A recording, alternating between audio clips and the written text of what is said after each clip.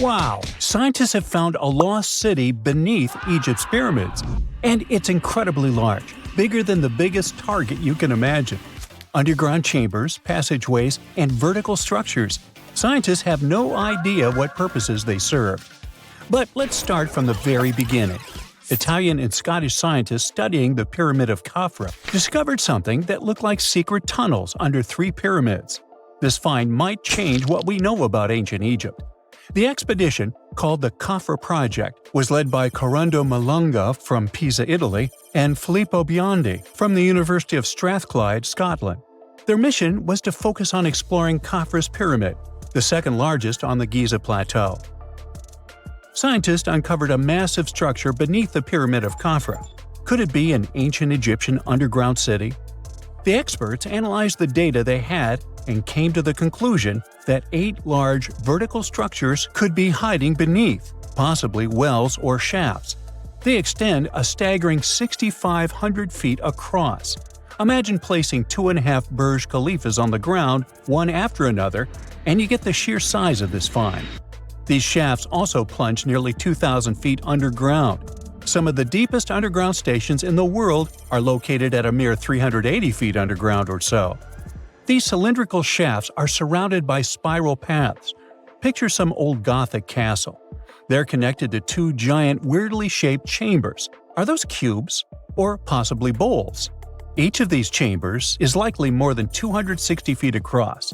Now, even though we know about the structures now, no one has figured out their original purpose yet. Want to hear something even more shocking? Okay then. The team is almost sure that similar access points can be found under all 3 pyramids. In other words, all of them might be linked by a hidden system of underground tunnels, chambers, and passages. Even deeper, about 4,000 feet under the surface, there might be more unknown structures. And doesn't it add to the mystery? But the coolest news is that, according to some team members, these hidden structures near Giza pyramids could align with the legendary Halls of Amenti. In ancient Egyptian mythology, it's a place where people are believed to arrive when they're close to the end of their days. There, they are said to take a 3-day-long trial, facing their biggest fears. Now, how did scientists even discover these hidden spaces? To uncover them, researchers used 2 satellites positioned 420 miles above Earth. They sent radar signals to the Giza Plateau, and these signals generated detailed images, which were later compiled into a 3D model of the underground layout, including the newly detected shafts. Then, using synthetic aperture radar or SAR technology, which is a type of radar that can penetrate through stone, the team also spotted 5 small room-like structures hidden deep within the pyramid. One of these chambers contained a sarcophagus, which was once thought to be the tomb of Pharaoh Khafra. But now, scientists believe this was a mistake.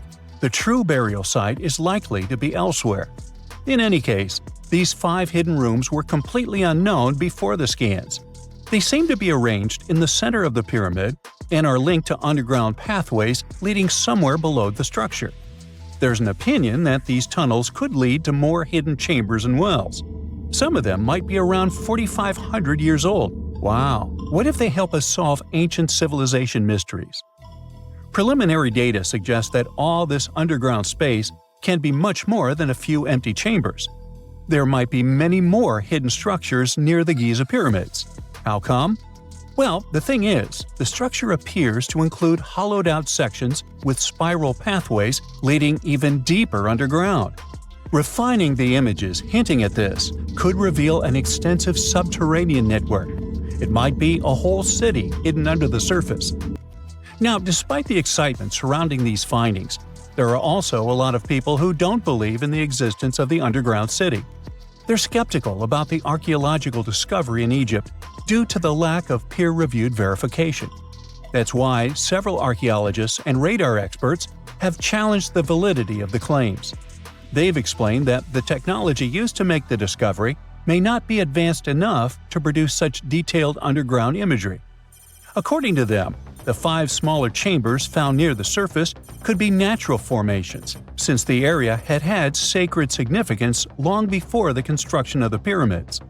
Some experts have even dismissed the use of radar methods in this context altogether. They call these methods scientifically unproven and question their accuracy. The discovery has also reignited discussions about ancient Egyptian myths and the possibility of hidden texts lying somewhere beneath the Giza pyramids. The layout of the newly detected underground chambers shares similarities with mythological accounts of the Hall of Records, a rumored chamber that could preserve early Egyptian wisdom. If confirmed, these findings could significantly reshape the understanding of Egypt's sacred topography. Plus, this lost city beneath Egypt's pyramid could become physical evidence of previously unknown underground structures. That's why the Khafra project is super eager to begin excavating to confirm their findings. But getting approval from Egyptian authorities is a challenging process. The discoveries still need to undergo peer review before they are accepted by the academic community. By the way, this recent archaeological discovery in Egypt comes on the heels of another discovery involving a weird structure beneath the Royal Giza Cemetery, which researchers believe is unnatural in origin. Archaeologists used remote sensing techniques and uncovered a mysterious L-shaped structure underground in the Western Cemetery of Giza. This area is known to house burials of royal family members and high-ranking officials. Many of the tombs in the cemetery have above-ground mastabas, rectangular stone or mud brick structures with flat roofs. But there is an area in the center of the cemetery where there are no above-ground structures. To investigate this unexplored region, the team used electrical resistive tomography and ground-penetrating radar. ERT works by sending electrical currents into the ground and measuring the resistance to detect remains. As for GPR, it sends radar into the ground and maps the structures based on the radar's return. The team found an anomaly about 6.5 feet beneath the surface. It appeared to be an L-shaped structure measuring at least 33 feet in length. The readings suggested that the structure had been backfilled with sand after its construction.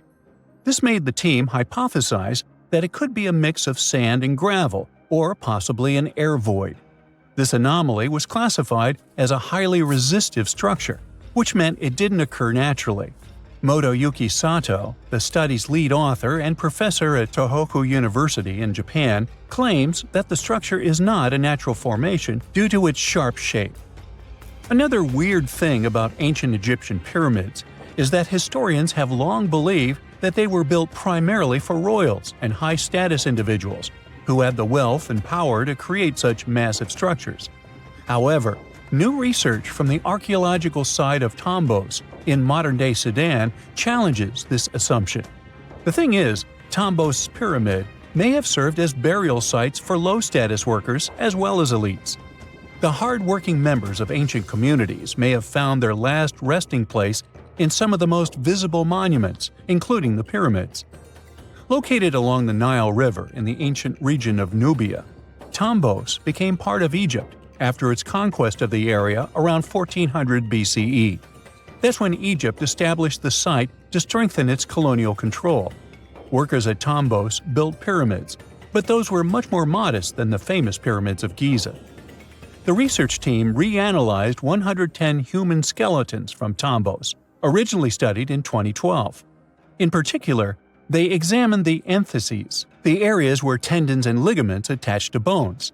Such an analysis can give us insights into the amount of physical labor a person performed. When someone does hard labor, their bones often develop distinct crests and ridges at these attachment points due to the stress on the tendons and ligaments.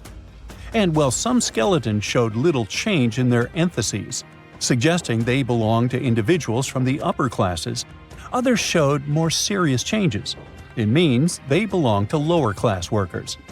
This finding can totally challenge our earlier understanding of pyramid burials, especially the idea that only elites were buried in the pyramids, because the pyramids themselves were designed for the elite. This recent research may prove that lower-class workers may have found their final resting place in these monumental structures too. And now we're off to almost 5,000 years ago. Let me take you to ancient Egypt, where back in 2550 BC, guess what? The construction of the Great Pyramids of Giza started. People learned to build cathedrals and skyscrapers, but it wasn't until recently that these massive buildings appeared. It's still a mystery to even modern scientists how these pyramids were built 5,000 years ago. No wonder they are one of the 7 wonders of the ancient world. They're also the oldest of them and the only wonder of the ancient world that still exists in the 21st century. It must have taken a lot of cooperation to build a thing that massive, even for today's metrics. But the Giza pyramids weren't the first pyramids ever. The first one, called the Step Pyramid, was built around 80 years before the first pyramid of Giza in 2630 BC for King Djoser. It wasn't meant to be extraordinary, but ended up being quite impressive. It was a pyramid of 6 stepped layers of stone. It was 204 feet high, which is as tall as a 19-story building.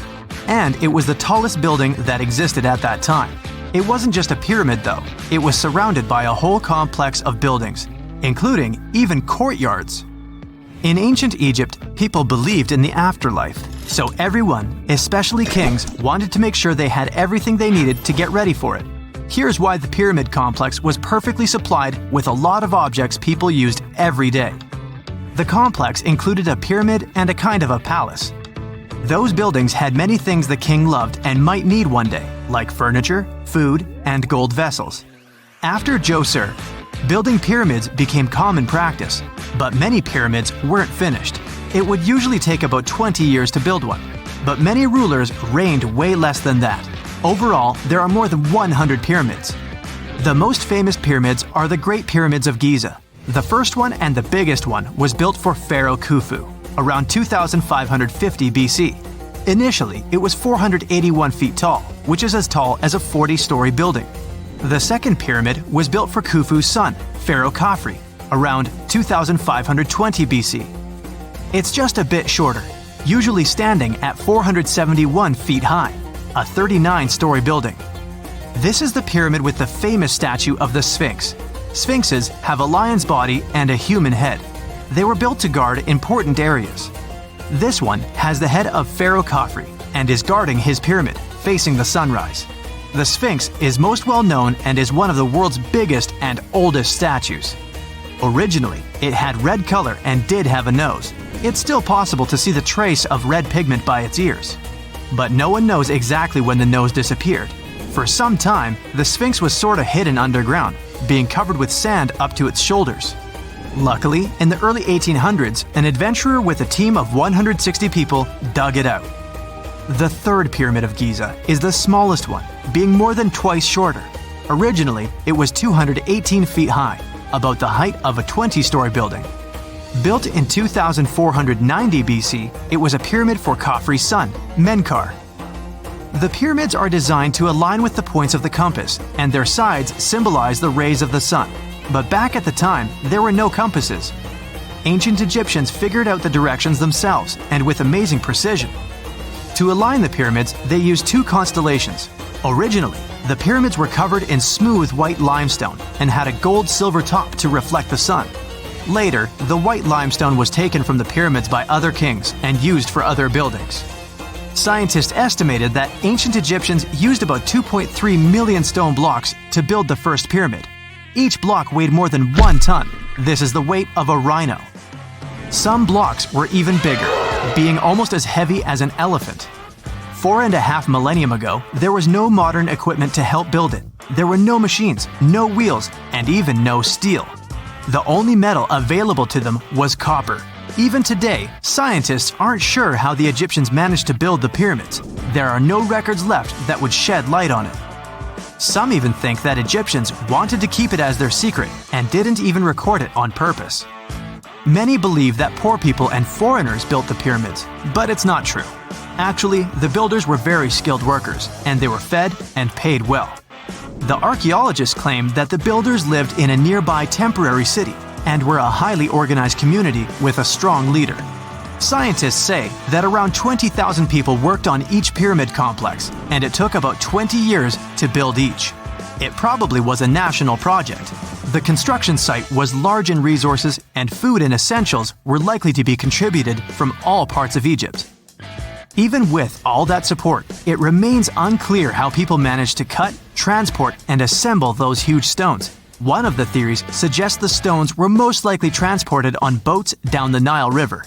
Then there was a harder part. They had to be moved to the construction site. For that, they probably used wooden sleds. It wasn't very hard to pull them because the sand mixed with the right amount of water was pretty slick. And 10 people could move a sled even with a rock weighing 1 ton pretty easily. Finally, one last problem. The stones had to be lifted and put into place. Archaeologists have discovered the remains of the ramps system that dates back to when the pyramids were built. Most likely, the Egyptians designed a unique system to move and pull huge stone blocks, but no one knows what it looked like exactly. The most common opinion is that there were several ramps around the pyramid to help move the blocks. The ramp was growing with the pyramid getting higher. They suppose people were walking up the stairs, pulling the stone on the wooden sled up in the middle on the sandy ramp. But this is just one of the options. Others say that the ramps were going around the pyramid. Some say the ramps were inside the pyramid. But we'll never know for sure, and it'll forever remain a mystery, just like the ancient Egyptians wanted. Surprisingly, there's not much inside the pyramids. Most of it is just solid stone with very little open space. But let's take a quick look inside the biggest of the pyramids of Giza.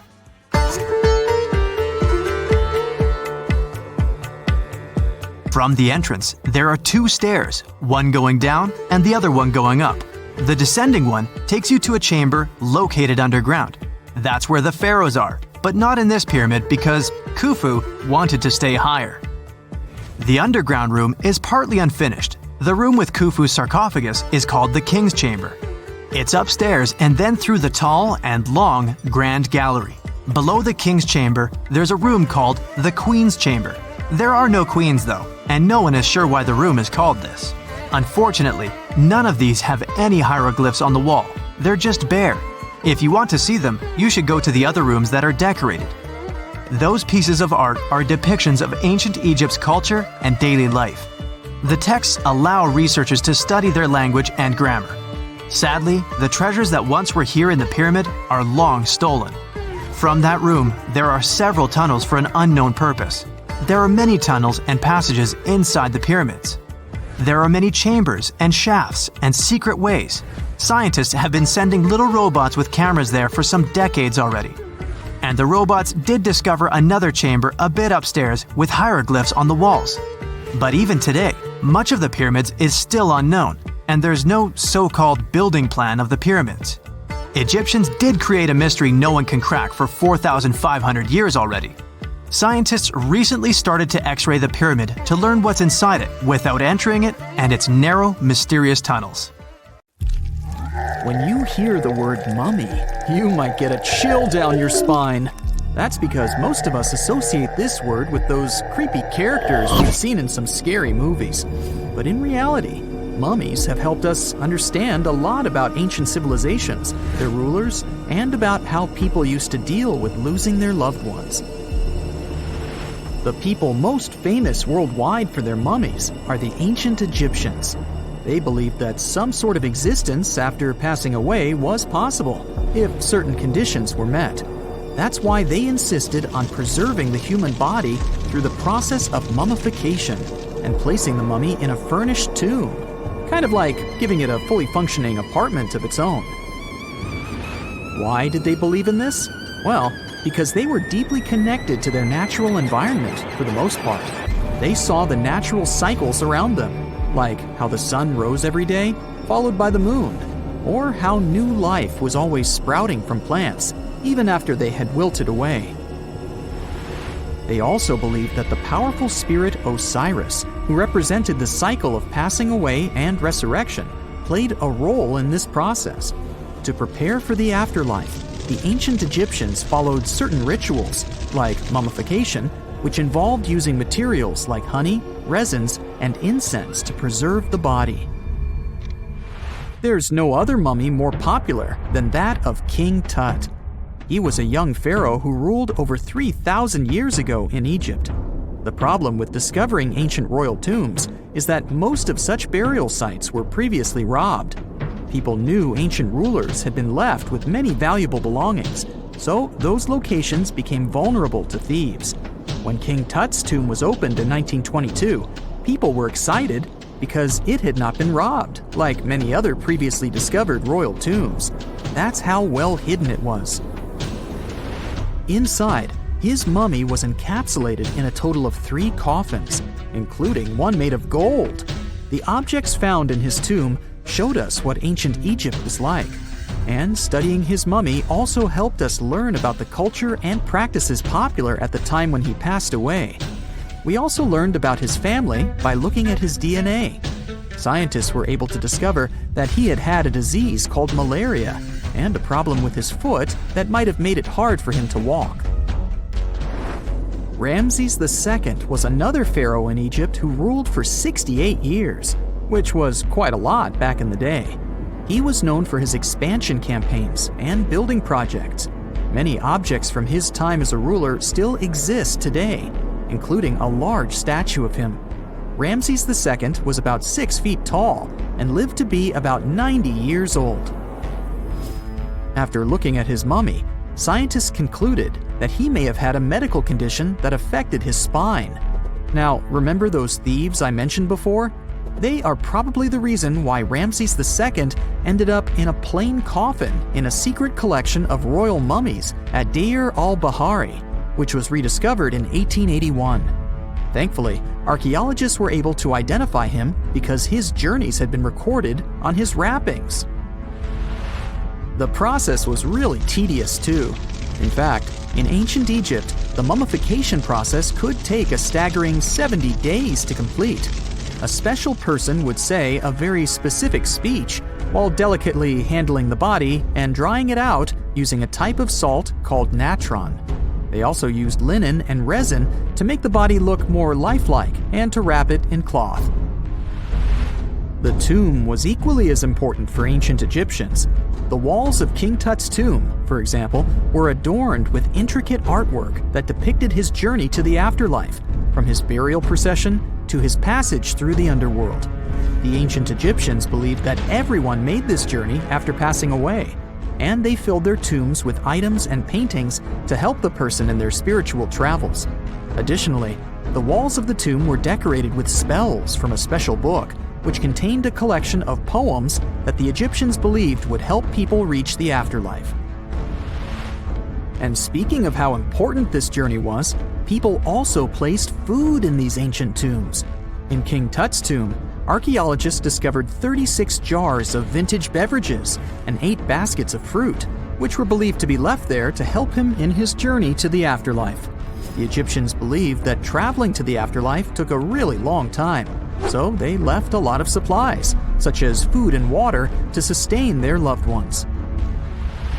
Pharaohs also generally had numerous luxurious garments and beautiful jewelry in their tombs to ensure that they would have a fashionable journey. These items included various types of linen clothing, such as tunics, scarves, gloves, and headdresses, as well as a lot of gold jewelry with precious stones, like bracelets, buckles, pendants, necklaces, rings, and even precious depictions of insects for protection. Some were also deposited with fans made from ivory and ostrich feathers to keep them cool in the afterlife. Some ancient rulers were even placed in their forever apartments along with boats. For example, Pharaoh Khufu built the Great Pyramid at Giza as his tomb, and a large ship was found inside. King Tut, however, was buried with multiple boat paddles, but no actual boat. Instead, he had 3 chariots and numerous walking sticks made of precious materials, perhaps indicating he'd rather travel to the beyond by land, not by water. Amongst the most interesting objects found near ancient mummies are bottles of oils and perfumes. If rulers were supposed to be fashionable, why not smell nice too, right?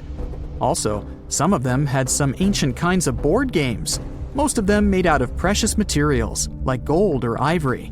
One of those games was called Senet. It was very popular amongst the ancient Egyptians and very similar to modern-day chess. The ancient Egyptians may have the most famous mummies out there, but they weren't the first to invent the procedure. In fact, it all started in South America with an ancient civilization named the Chinchorro. As far as we know today, these people were the first to mummify their loved ones that had passed away. They did it somewhere around 2,000 years before the Egyptians started their own rituals. Sure, we can tell a lot about ancient rulers by studying these mummies, but until recently, we had no idea what they really looked like during their lifetime. Not so long ago, though, some very special mummy paintings were found by archaeologists studying ancient Egyptian objects. These mummy portraits are highly detailed paintings of individuals that were made while they were still alive. Such paintings were often painted on wood, as opposed to the classical portraits we all know about, which are painted on canvas. They are known for their realism and beauty, and have even been used by researchers to diagnose diseases by comparing them to the corresponding mummies.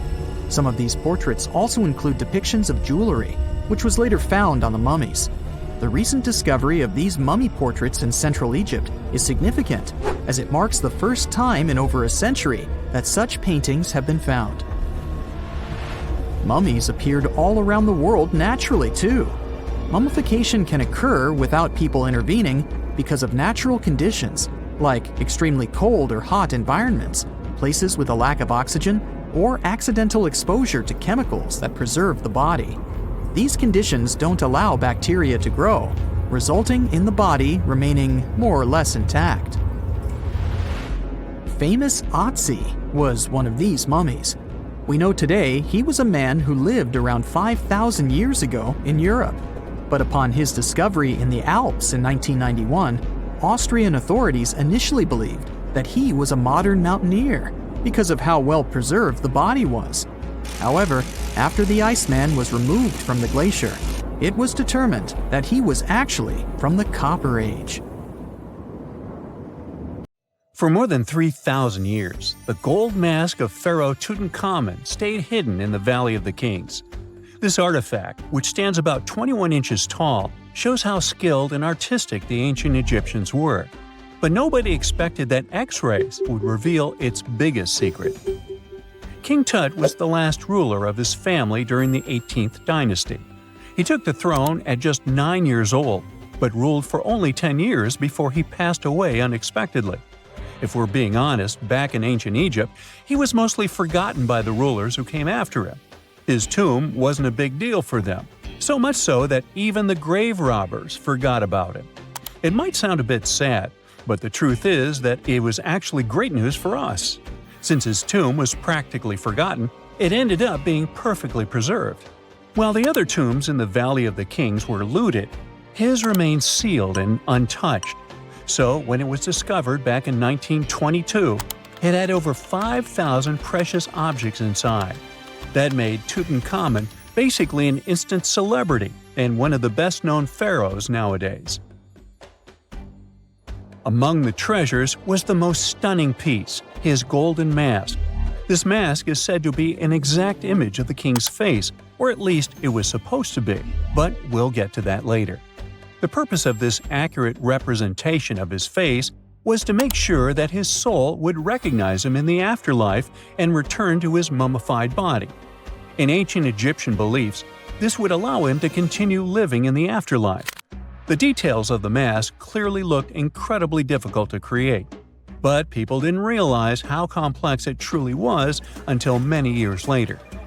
The first X-rays of the mask were taken in 1967. Back then, the main reason for these scans was practical – conservation. The mask was heading to Paris for an exhibition, and it was the first time it had ever left Paris. This would help them keep track of any changes during the exhibit.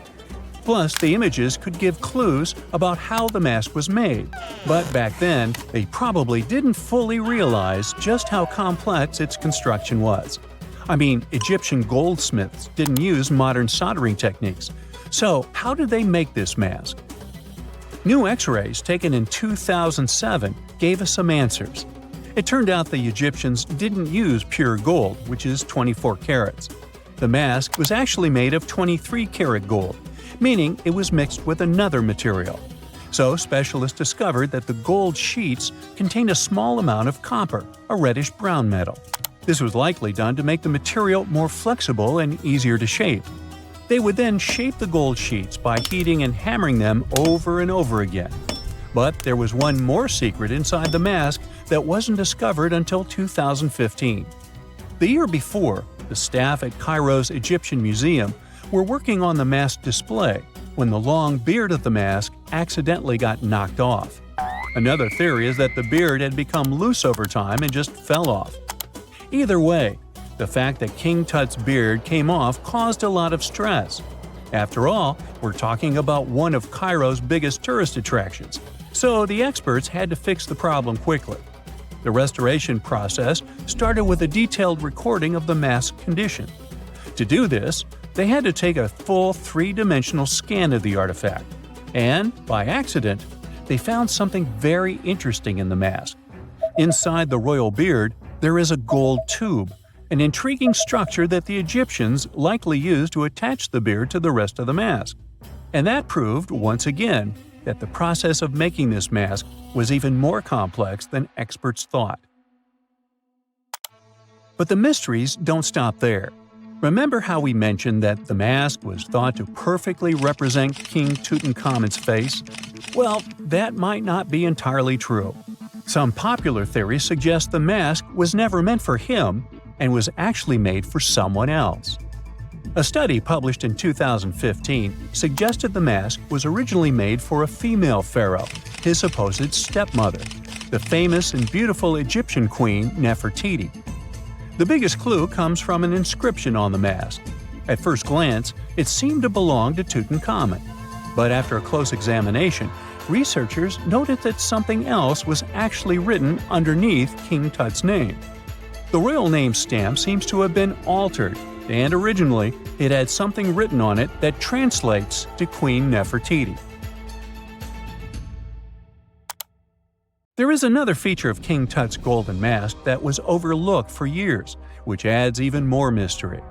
As we mentioned earlier, experts believe he wasn't respected much by the pharaohs who came after him, and one of the clues that made archaeologists think this is the pierced ears on the mask. Some researchers believe that King Tutankhamun wouldn't have worn earrings after he was a kid. So, according to their theory, by the time he passed away at 18, he shouldn't have been represented with pierced ears. This could also support the idea that the mask originally belonged to Nefertiti, or maybe to someone who wasn't even connected to King Tut. But the mask isn't the only source of mystery. In fact, his whole tomb is full of puzzles. Recently, historians found a sign that the place where King Tut was supposed to be buried was changed at the last minute. For years, experts wonder why a pharaoh who ruled for 9 years ended up in such a simple tomb. When compared to the grandeur of other pharaohs' tombs, his tomb seemed, well, a bit plain. The idea that a king like Tutankhamun would have such an unremarkable resting place just doesn't match up with the power and importance he must have had in ancient Egypt. So, what happened? Well, apparently, this might have something to do with his successor, Pharaoh I. After King Tutankhamun passed away, researchers believe that I made sure to erase him from Egypt's history. So, one theory suggests that he was probably behind the quick decision to place King Tut's body in a smaller, less impressive tomb. When experts looked at I's own tomb, they found something interesting. There is a large wall covered in painted baboons. This is the same type of artwork found in Tutankhamun's tomb. It seems like the same person might have chosen the artwork for both tombs. Now, the design and decoration of the two tombs are almost identical, suggesting there was a shared hand behind both. But there is one key difference. I's tomb is fit for a king. It's much bigger and more impressive, even though the style and artwork are similar to what you see in Tutankhamun's tomb. So the theory suggests that I decided what went into both tombs. Since Tut passed away unexpectedly at a young age, his grand tomb wasn't finished in time. Normally, pharaohs start building their tombs while they're still alive to make sure everything is perfect. But Tut passed away when he was just 18, so there wasn't enough time. I may have taken advantage of the situation, ordering a smaller tomb for Tut and keeping a larger one for himself. Experts believe this theory explains why Tutankhamun's tomb is so simple and how I managed to wipe his memory from history so easily. But in the end, the story of King Tut's mask and tomb is full of mystery and intrigue. Each new discovery sheds more light on what really happened all those years ago. But one thing is for sure, the secrets of ancient Egypt still have much to reveal, and King Tutankhamun will continue to fascinate people for years to come. The ancient city of Taposiris Magna is hidden on the northern coast of Egypt. These days it has very little of its former glory, but what lies beneath it may hold the secret to uncovering a famous mystery, that of Cleopatra, the most memorable Egyptian queen in history. The recently discovered tunnel is also known as a geometric miracle for its time. Excavations have uncovered a 43-foot-long structure below the ground, which is partially submerged in water. Its shape and construction technique are similar to that of the Eupalinos tunnel, another amazing ancient discovery. This one is located in Greece and was built by excavating simultaneously from 2 points, aiming to have them meet in the middle. The use of math and geometry to make this construction was astonishingly precise for those days, more so since it was built near a mountain. Archaeologists that have been working on the Taposiris Magna site since 2004 believe this tunnel may lead to the lost tomb of Cleopatra. The clues they found so far seem to back up this theory. For starters, the city and its temple were built by one of Cleopatra's ancestors, Ptolemy II. All the architecture seems to indicate it was dedicated to the ancient spirit Osiris and his queen Isis. Throughout her reign, Cleopatra did try to associate herself with Isis, so it may be no surprise she chose this location as her final resting place. Scientists have yet to pinpoint Cleopatra's tomb, but research continues with the help of modern technology.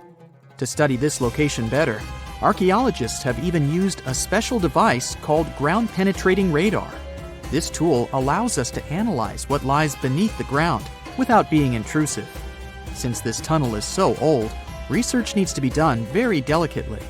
Seeing pictures of what's underground before you start digging is incredibly useful and has been done here since 2011. Finally discovering Cleopatra's tomb may help us piece together her story, especially what might have happened during the last portion of her life, which is still surrounded by mystery. We still don't know the exact cause of her passing. Some believe she may have let herself be bitten by a poisonous Egyptian cobra. Others have suggested that she was well accustomed to toxic substances, even hiding some in her hairbrush in case she ever needed it. But that's not to say she chose to use it on herself. We do have a lot of other interesting information on Cleopatra that's equally as impressive, like the fact that she had a stylist. Most of the images you've seen depicting this famous queen show her wearing black eyeliner. This look was put together by Airas, a woman known to have been her personal beautician. She traced the long line from her eyes to her temples, a makeup technique still used today to enhance the eyes. Airas was an important figure throughout Cleopatra's life, known also as her confidant and close friend. There are even theories that suggest Airas was there by her side when she passed away. Despite her well-thought-out looks, Cleopatra wasn't as pretty as she's described. Or at least, that's what recent research has pointed out.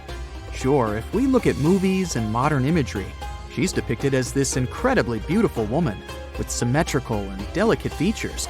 However, if we look at coins showcasing her image from back in the day, her looks are rather average. Her image on the coins might have been adjusted, too, to make the queen look stronger in the eyes of her people. So there is no trusted source available to confirm her image, but her description in most pieces of ancient literature speaks of her other qualities, like her voice and personality, not of her beauty. Cleopatra might have been the most famous Egyptian queen to this day, but she wasn't the first choice. She did have an older sister, Berenice, that was initially supposed to take the throne. Berenice passed away before she could do that, so Cleopatra took on the role and began investing in her education. She traveled throughout the country quite frequently, so she could become accustomed to her people and their needs. She was only 18 when the responsibilities were passed down to her, and immediately gained popularity because of her intelligence and education. Her taste in literature was quite good too. She was known to be a fan of Homer, the famed Greek philosopher and poet. Cleopatra loved to write as much as she loved to read.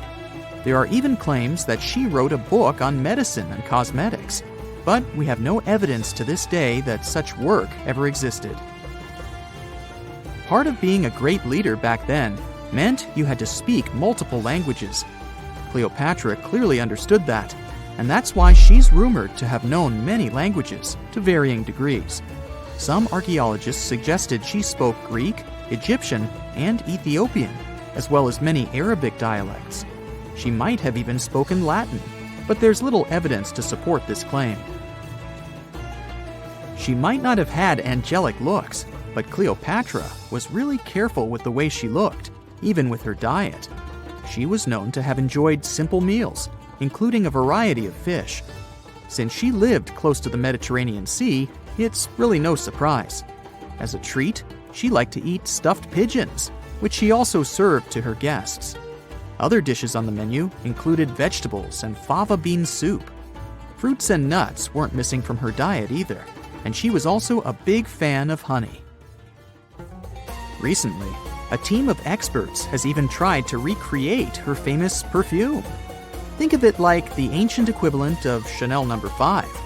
Cleopatra was known to be a fan of luxurious scents, which she believed could even influence how people treated her when they met. The basis of this scent is myrrh, a resin gathered from a local tree. Other ingredients added to the mixture were also found back in the day, like cardamom, olive oil, and cinnamon. The results may not be quite as delicate as the perfumes we know and use today. Its consistency was way thicker, and the scent lasted way longer. When she was at the height of her power, Cleopatra might have been the richest person in the world.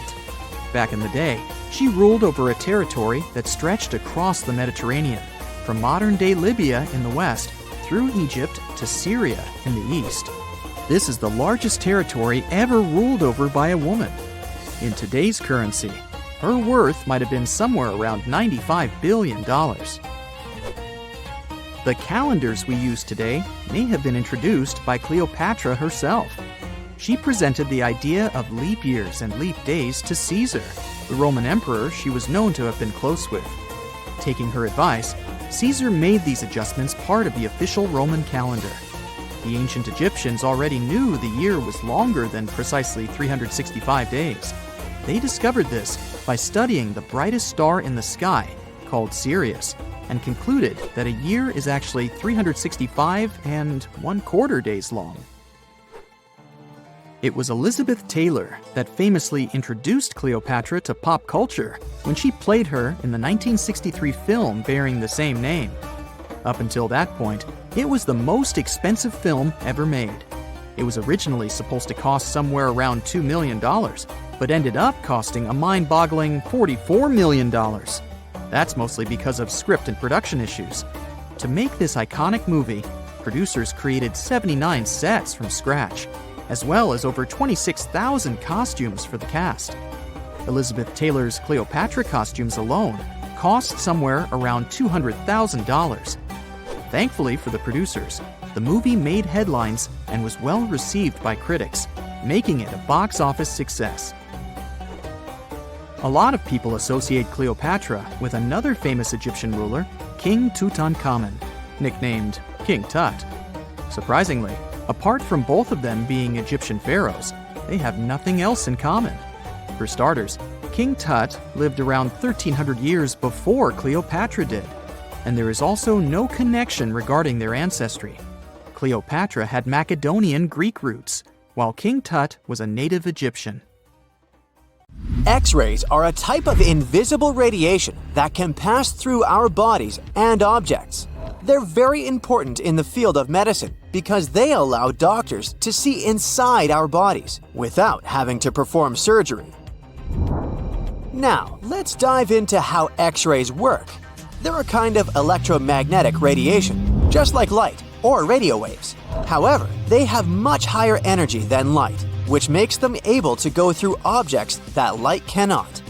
Imagine you have a powerful flashlight. If you try to shine it through a wall, the light won't go through because the wall is too thick. But these rays have enough energy to go through walls and even our bodies. The discovery of X-rays happened by accident in the late 19th century. A scientist was experimenting with cathode rays, which are a type of radiation. He was working in his lab and noticed that a nearby fluorescent screen started to glow, even though it was not directly exposed to the cathode rays. He realized that something invisible was causing the fluorescence, and he named it X-ray, because X is the mathematical symbol for something unknown. He continued experimenting with such rays and discovered that they could pass through many objects, like flesh and bones, but not through denser materials like metal. He also found that X-rays could create images on photographic plates, just like a camera takes pictures. The way this works is quite fascinating. Imagine you're standing in front of a bright light and you hold your hand in front of your face. Your hand blocks the light and you can't see through it. But if you place a sheet of tissue paper in front of your hand, some light will pass through, and you'll be able to see the outline of your hand. X-rays work in a similar way. When a doctor wants to take an X-ray of a part of your body, they will ask you to stand or lie down next to a machine. This device has a special plate that can capture the image. Let's say the doctor wants to further examine your arm. They will place the X-ray plate on one side of your arm and the machine on the other side. Then, the machine will produce a controlled burst of X-rays that pass through your arm. Remember how we talked about the tissue paper allowing some light to pass through? Well, in this case, some of those X-rays will go through your arm, while others will be absorbed or blocked by the denser parts of your body, like bones. The plate captures the X-rays that pass through your arm, and it creates an image.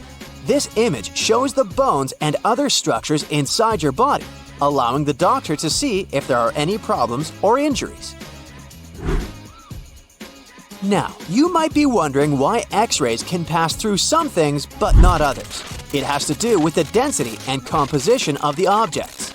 Denser materials like bones absorb more X-rays, so they appear white in the image. So when you look at the result, you'll see your bones as white shapes. Other tissues like muscles and organs are less dense and allow some of those rays to pass through, so they appear as gray shadows. What if I told you there's a whole new way you can peek inside objects, but without using X-rays? I'm not talking about magic powers. Take a comfortable seat while I explain what mummification is.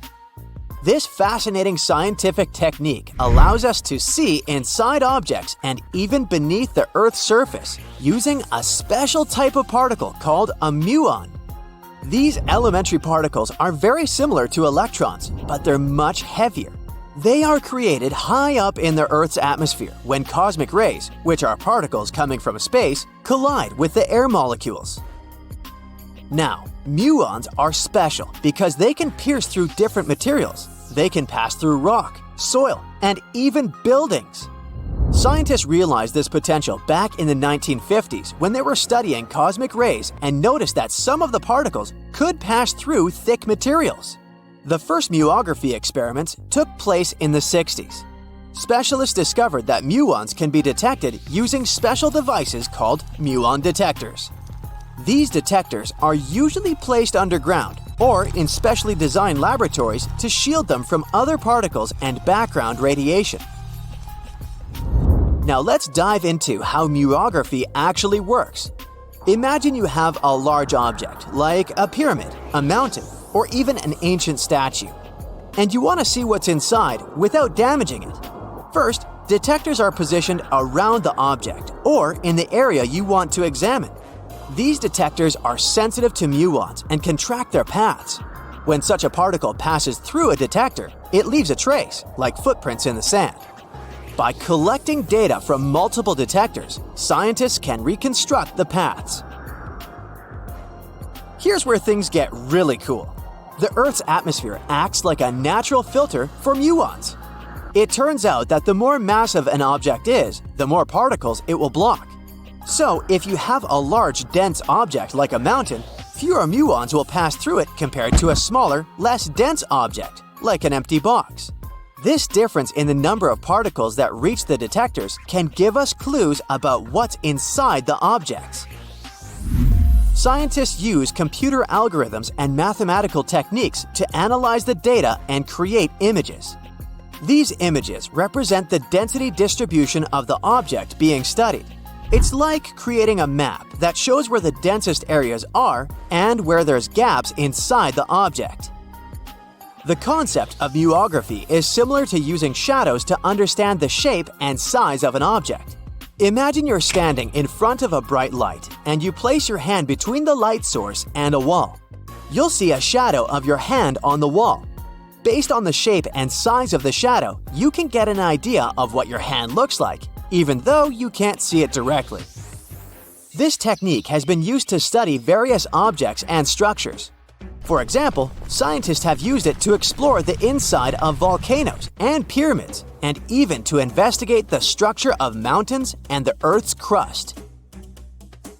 With the help of this amazing technique, scientists have now uncovered new information about the Great Pyramid of Giza. They discovered something that had eluded tomb raiders for centuries. They found a hidden chamber. And guess what they named it? The Big Void. Yeah, I know, not the most creative name. They even used 3 different muon detection techniques just to be super sure that it was indeed a big, mysterious void inside the grandest pyramid of them all. Once news got out about this mind-boggling discovery, Egyptian authorities couldn't resist the temptation to explore further. So, they brought in an endoscope camera to confirm the existence of this epic void. So, they inserted a camera through one of the openings underneath the entrance, and voila! It revealed a corridor.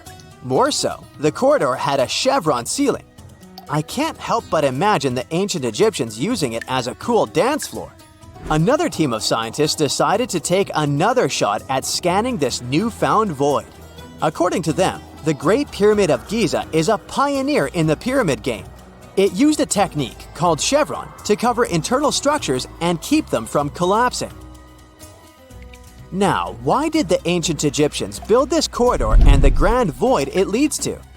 One theory suggests that the corridor was built to relieve pressure inside the pyramid. Another theory says that the void could be a result of the pyramid's construction process. It could have been an internal ramp used to move roof blocks into position, and then it was left there or filled loosely with rubble.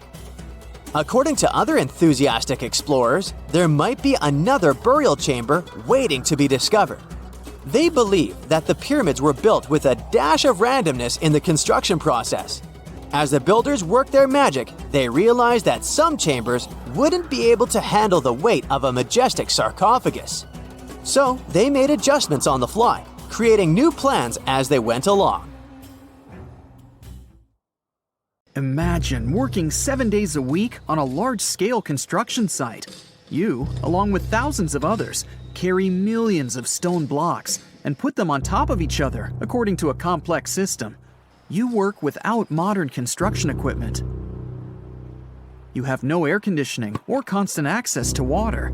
It's so hot outside that you can fry eggs on the road. You've been building the pyramid for decades, and now, when it's finally done, you enjoy the result of the colossal work of thousands of people.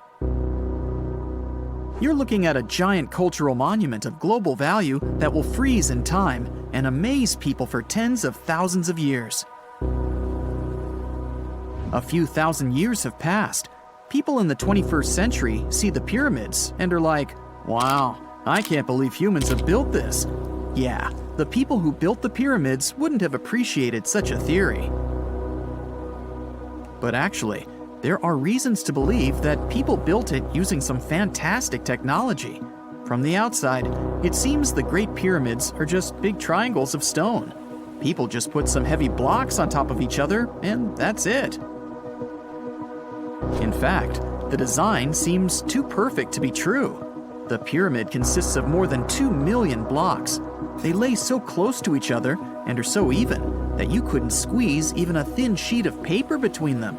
Scientists still can't figure out the exact technology for building the Egyptian pyramids. One of the biggest and most famous is the Great Pyramid of Giza. This huge construction, well known all over the world, has one big secret. There should be a capstone on top of the pyramid.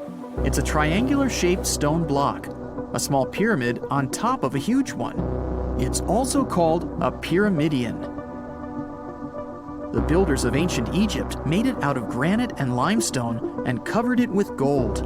No records or old drawings prove that there was a pyramidion at the top of the Great Pyramid of Giza. But there's another ancient Egyptian structure with such a triangle, the Red Pyramid. It was built before the Great One, and its capstone has survived to this day. Archaeologists have found and reconstructed it. But where could the capstone of the Great Pyramid be? It's a mystery that still has no answer. Some are sure that some thieves have stolen it from the top.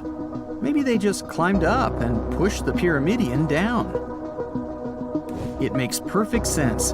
The capstone was probably the most valuable element of the pyramid. Many scientists and archaeologists still don't know its exact purpose. Some believe that this peak covered with gold glorified the pharaohs.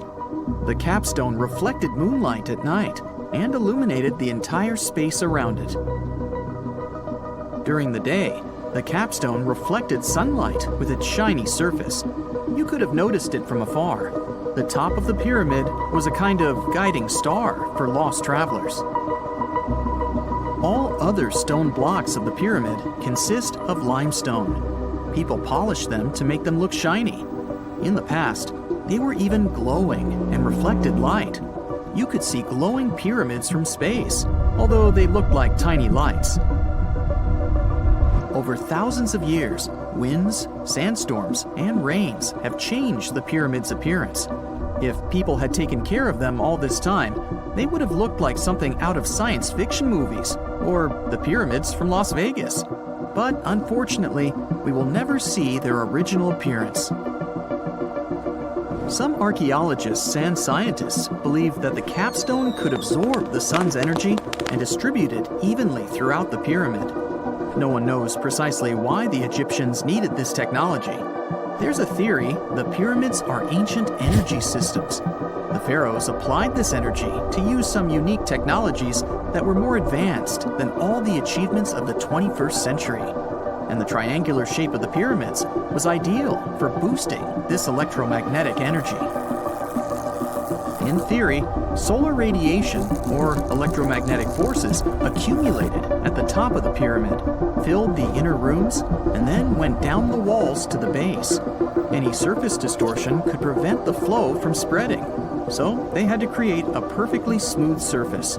That's why they installed the blocks so that nobody could squeeze a needle or razor blade between them.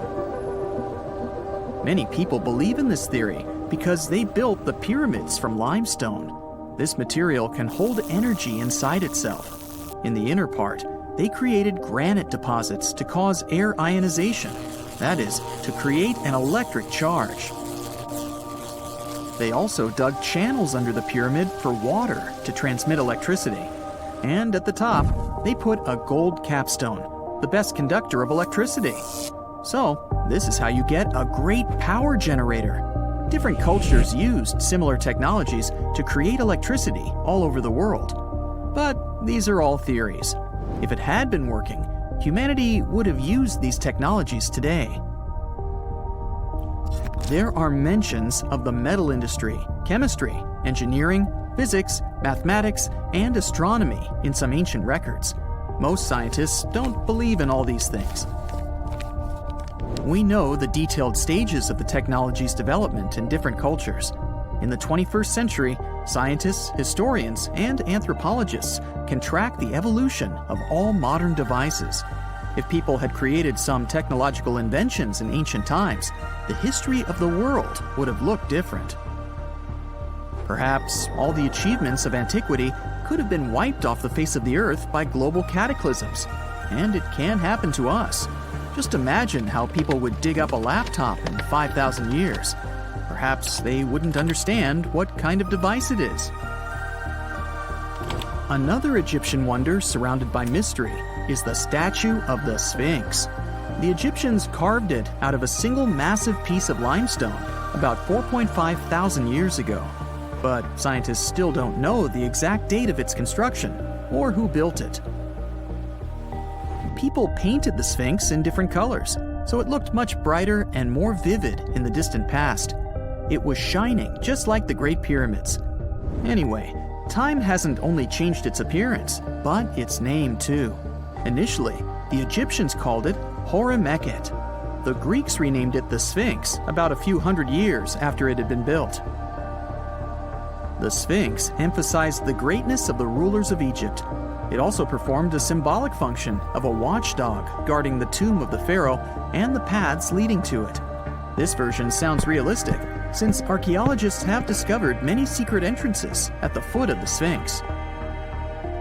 Perhaps these rooms and intricate tunnels lead to underground halls with treasures. And treasures don't always mean gold and jewelry. According to legends and theories, the Sphinx guards the Hall of Records, the storage of all humankind's knowledge. The information about the ancient mythical state of Atlantis could be there. You can find many detailed maps of the internal dungeons of the Sphinx on the internet. They show structures 12 stories deep under the statue. It looks like a small city filled with gold, scrolls of knowledge, and various ancient artifacts. But don't believe all these maps. These are just theories. Several thousand years have passed, but people have very little information about it. Archaeologists know that there are still many strange and exciting things about the Sphinx that are still undiscovered. Some locals are afraid to research because they believe they can awaken something terrible from the underground depths. Therefore, it's mostly scientists from other countries who conduct the excavations.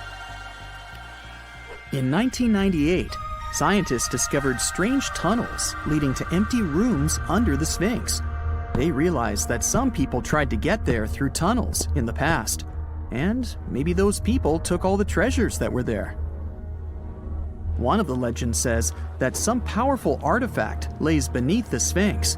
Its technology can change the whole world, but the locals are hiding it because it can damage the planet.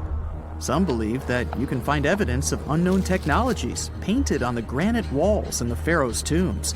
But most likely, these paintings and signs tell us the myths and legends of ancient Egypt. But what if Egyptian symbols and drawings are detailed instructions for using ancient technologies? What if the locals that lived at that time thought, people in the future won't be able to get energy themselves. Let's leave some detailed instructions for them. Anyway, there are many riddles and theories. In reality, the search for answers is a dangerous undertaking, since it's not easy to get into the underground halls. Excavations can ruin the structure of the entire Sphinx. Any person inside the tunnels may get lost and never be able to find their way back. Besides, it costs a lot of money. Now, what would be awesome is if people could invent some device that could scan underground areas and show their detailed models. In 1850, French scientist Auguste Mariette went to Egypt looking for manuscripts, but accidentally found a head of a sphinx sticking out of the dunes. He cleared the sand and figured out the Sphinx was guiding the entrance to some underground construction. Several months later, he finally entered the Serapium of Saqqara. Inside, he found an enormous granite sarcophagi with remnants of 64 bulls. Scientists are still amazed by the tech that the ancient Egyptians used to transport those enormous boxes. The Serapium was built around the year 3000 before the Common Era. It was an underground tomb built to honor the sacred Apis bulls of ancient Egypt. It had a long hallway, almost 500 feet long, with giant stone rooms on both sides. Some of the sarcophagi weighed as much as 50 average cars, and all of them were made with super precision with exact 90-degree angles. These sarcophagi were beautifully decorated with hieroglyphs and carvings that told stories about the lives and importance of the Apis bulls. Now, there are 24 sarcophagi left. In ancient Egypt, Apis bulls were very special animals connected to the deity Ptah. They thought the bulls carried Ptah's spirit and wisdom, helped the pharaoh, and protected the Egyptians. Priests looked for special markings on young bulls to find Apis bulls. It could be a white triangle on its forehead, which symbolized divine light, a shape on its back like a vulture's wing, and a scarab shape under its tongue, which stood for rebirth. If a bull had these signs, they believed it was chosen by Ptah and treated it like royalty. The chosen bulls lived in a special temple in Memphis, the city where they worshipped Ptah. They received the best care and offerings from visitors who wanted their blessings. When an Apis bull passed away, it was treated with great honor and mummified. When Mariette entered the Serapium, he noticed traces of rollers on the gallery's floor and found 2 wooden horizontal winches. Each had 8 levers. Later, other explorers saw double rails. The burial chambers were lower than the hallway floor. To get the boxes into place, workers filled the chambers with sand so the sarcophagi could be rolled in straight. Then they slowly removed the sand to gently lower the boxes into perfectly cut spaces in the bedrock. A carved stone sign found in the Serapeum said it took 28 days to move just one sarcophagus and its lid into its spot during the time of Ptolemy II. The extreme precision of the sarcophagi with 90-degree angles also has an explanation. Ancient Egyptians wrote texts, or rather, papyrus, on geometry a long time ago. It shows that they knew the approximate number pi and could calculate the volume of a pyramid with its top cut off. If they could figure out complicated math like that back then, it makes sense that they could also carve perfectly flat surfaces 500 years later. All this sounds pretty legit, but some people think certain things don't add up here. The size of boxes is way larger than the size of bulls, yet they buried pharaohs in tiny coffins that barely fit their bodies. The sarcophagi are made out of granite with crazy precision, and they could have just used limestone, which would have made things way easier. The transportation of the boxes seems pretty simple, but only in theory. If one person could pull about 440 pounds, then at least 250 people would be needed to pull just one box. The tunnels in the Serapeum are really narrow, only about 2 feet wider than the boxes themselves. There's no way hundreds of people could have squeezed into those tight spaces to pull the boxes. And even if they did, how would they turn the box in the cramped corridor, lower it into its niche, and place it perfectly in the middle? Somehow they did this 24 times, and every box is centered perfectly. Plus, the chambers were dusty, and there were no signs of soot from lamps. This means they must have worked in almost complete darkness. The real use of the boxes could also be different. A long time ago, even before the Egyptian pharaohs ruled, the local people already knew how to use fermentation. It happens when tiny organisms called yeast eat certain ingredients like starch and turn them into gas and ethanol. So someone in ancient Egypt probably put food like barley, bread, and even meat inside a giant stone box, then closed it tight with a heavy lid. These stone boxes, carved from granite, were so precisely made that they were almost completely sealed, so nothing could escape from it. As the yeast inside the box started working, it created more and more CO2 gas. It built up pressure inside the box. The granite boxes were incredibly strong. They could handle more pressure than a car tire can hold. When granite was squeezed under such pressure, its crystals produced a tiny electric charge. This effect was possible because granite contains quartz, a material that reacts to pressure this way. The process also needed meat or animal parts, possibly to help the yeast grow better. Meat contains something called oleic acid, which yeast needs to keep growing and to survive the bad effects of the ethanol it produces. As the pressure inside the box kept growing, the combination of gases and electricity made these boxes not just ancient fridges, but powerful energy systems. Over time, the pressure inside got so strong that it could push the lid open and the gas would escape with a pop. But when people rediscovered the Serapeum in 1850, they found old drawings that showed piles of stones stacked on top of some of the box lids.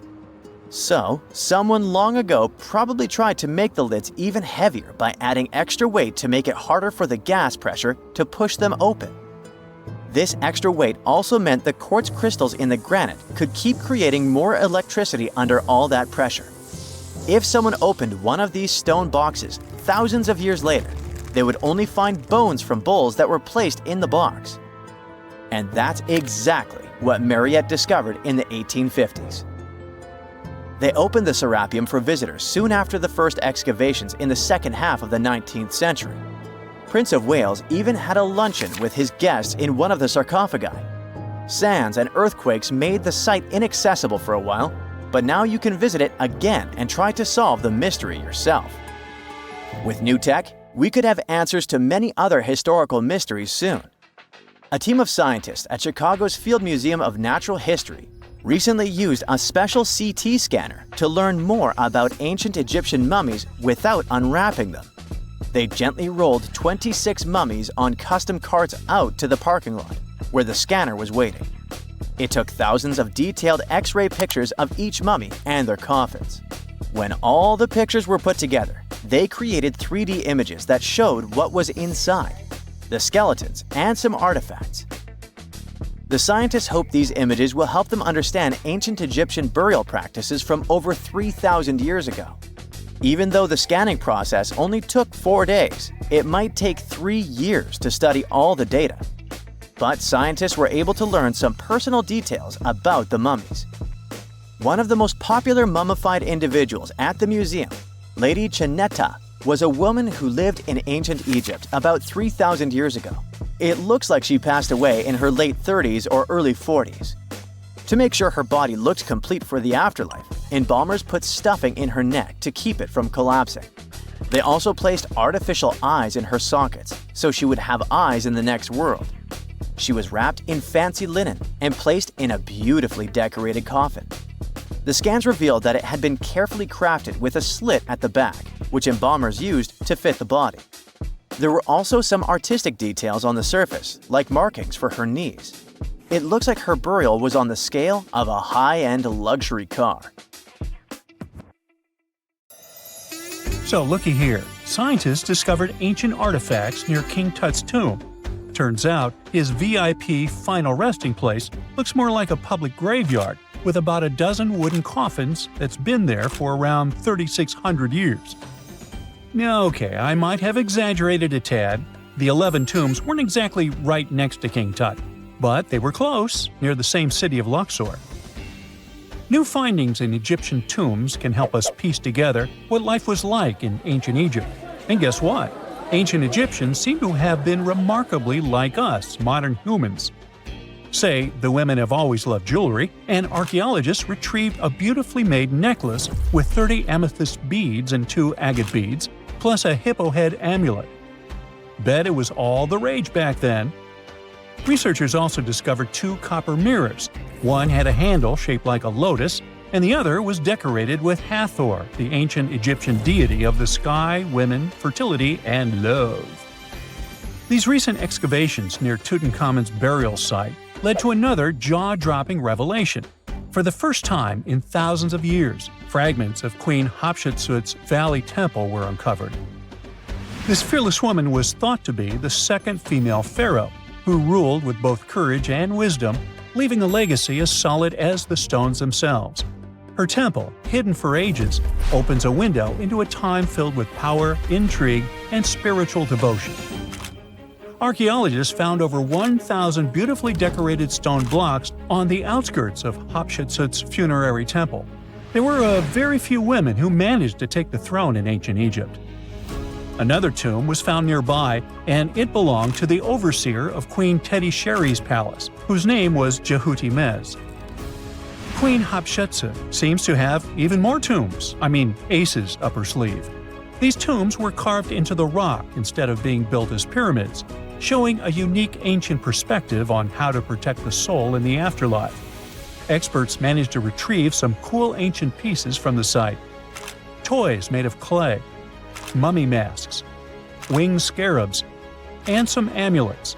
Sadly, there surely used to be way more artifacts, but over the last centuries, There have been people other than archaeologists to stumble upon this site. It's likely that looters got to these tombs before them and may have taken some valuable items. But they did leave behind some cool stuff for the researchers, like pottery used for offerings of bread and meat, along with archers' bows that connect the tomb's owners to the Egyptian military. Meanwhile, soul protection is way more important than you might think, especially if you're roaming around Luxor looking for ancient secrets. You aren't scared of King Tut's curse, are you? Let me tell you what happened to those who weren't scared, but promise me to take it with a dash of salt, okay? For years, Egyptologists, especially those who believed in paranormal activity, were convinced that there was an unsettling curse surrounding Tutankhamun's archaeological discoveries. This belief stemmed from the mysterious and untimely demise of several excavators who discovered the tomb in 1922 with no logical explanation for why they passed away. It was just easier to chalk it up to something supernatural and avoid the whole mess. But it turns out it wasn't a curse at all. It was likely the radiation that caused those excavators to perish. Now, you might wonder where the radiation came from. After all, while radioactivity was discovered in the 19th century, ancient Egyptians, despite their impressive pyramids, didn't have any radium lying around to make Tut's tomb glow like crazy. So, what could be the real story? It might have been toxic waste behind it all. Toxic levels of radiation from uranium and hazardous waste have been lurking inside the tomb since it was sealed over 3,000 years ago. The burial chamber of Tutankhamun's tomb reportedly has such high radiation levels that anyone who steps inside could easily end up with a fatal dose of radiation sickness or an incurable condition. By the way, you can have a somewhat similar level of radioactivity if you don't get rid of those moldy dinner leftovers you left to perish in your fridge a month ago. But this radioactivity isn't exclusive to Tutankhamun's tomb. Ancient Egyptian artifacts discovery is rewarding yet dangerous due to unusually high radiation levels in Old Kingdom tombs all over Egypt. Geiger counters have detected radiation at 2 sites near the Giza pyramids, and radon, a radioactive gas, has been found in several underground tombs in Saqqara. Interestingly, experts believe that the builders of these ancient tombs were aware of the toxins, as some eerie warnings were carved into the walls of many tombs. One inscription ominously declared, "They that break this tomb shall meet their end by a malady that no doctor can diagnose." Other ominous phrases like "forbidden," "due to evil spirits," only added to the fear that supernatural curses haunted these ancient sites. Ominous signs have stunned archaeologists since forever, but the fear grew even stronger a century ago with the mysterious passing of Lord Carnarvon, who funded King Tut's excavation in 1922 and reportedly explored the treasure-filled rooms, along with several others who entered the tomb. Arthur Weigall, another British Egyptologist who was present at the tomb's opening and is credited with starting the curse myth, passed away young when he was just in his 50s in 1934. Chances are the condition that made him pass was connected to radiation. In total, 6 out of the 26 people who were there when the tomb was opened met their end within a decade from various causes. Not only X-ray exposure, those reasons include asphyxia, stroke, heart failure, pneumonia, and even poisoning. Well, isn't this getting a little grim? There was one guy who opened the tomb and somehow managed to avoid the infamous curse, Howard Carter, or so it seemed. Some folks pointed to his survival as proof that the curse wasn't real. After digging up the tomb, Carter published several books on the topic and shifted gears from archaeology to dealing in antiquities for various museums. Despite dodging demise or injury, rumors swirled about how the curse may have impacted him in other ways. One of the big stories linked him to Lord Carnarvon's daughter, Evelyn. Some said he was madly in love with her, but she married someone else, so he chose to stay single. Others claimed they had an affair while she was in Egypt, which ended when her father passed away and she left the country for good. However, there wasn't much evidence to support these stories. Evelyn was just 6 when they met, and they remained friends until his last breath. She was even one of the few attendees at his funeral, but denied any romantic involvement, saying they weren't that close. A year after the revolutionary discovery near King Tut's tomb, Evelyn married politician Sir Brograve Beauchamp and had a daughter. That same year, Beauchamp toured the tomb with his parents, guided by Carter himself. Carter never married and, aside from those posthumous rumors about Evelyn, had no other romantic connections. While the curse adds an intriguing twist to his life story, his tendency to keep relationships at arm's length was evident long before the tomb was opened. It seemed Carter just wasn't a people person. In 1939, after battling a serious illness, he ultimately succumbed to fate. He was 64, which was a pretty common life expectancy in the UK back then, so no one really thought it was off and linked it to an ancient curse. When he passed, it turned out he had several artifacts from Tutankhamun's tomb in his London apartment, which were eventually sent back to Egypt, marking what some viewed as the curse's end. Who knows? Maybe if he hadn't had all those ancient souvenirs at his place, he would have lived way longer. But all the other demises might seem off. The curse theory was likely fueled by some strange events during the excavation. Carnarvon got a mosquito bite that became severely infected, and around the time they opened the tomb, Cairo experienced a bizarre power outage and a freak sandstorm. Back in England, the Earl's dog, Susie, managed to escape from Carnarvon's house and began barking frantically at seemingly nothing. At least that's what the staff and family saw. Strangely enough, at the very moment her owner's heart stopped, Susie started howling and fell down without showing any signs of life. Maybe radiation didn't play a crucial role after all, and those were indeed ancient artifacts from King Tut's tomb that made them all perish. Spooky, huh? Whenever you hear about ancient ruins, you almost never picture them being suspended somewhere, or just randomly hanging on the branch of a tree, right? In fact, for most of the ancient artifacts we have exposed in museums all over the world, archaeologists did quite an impressive amount of digging.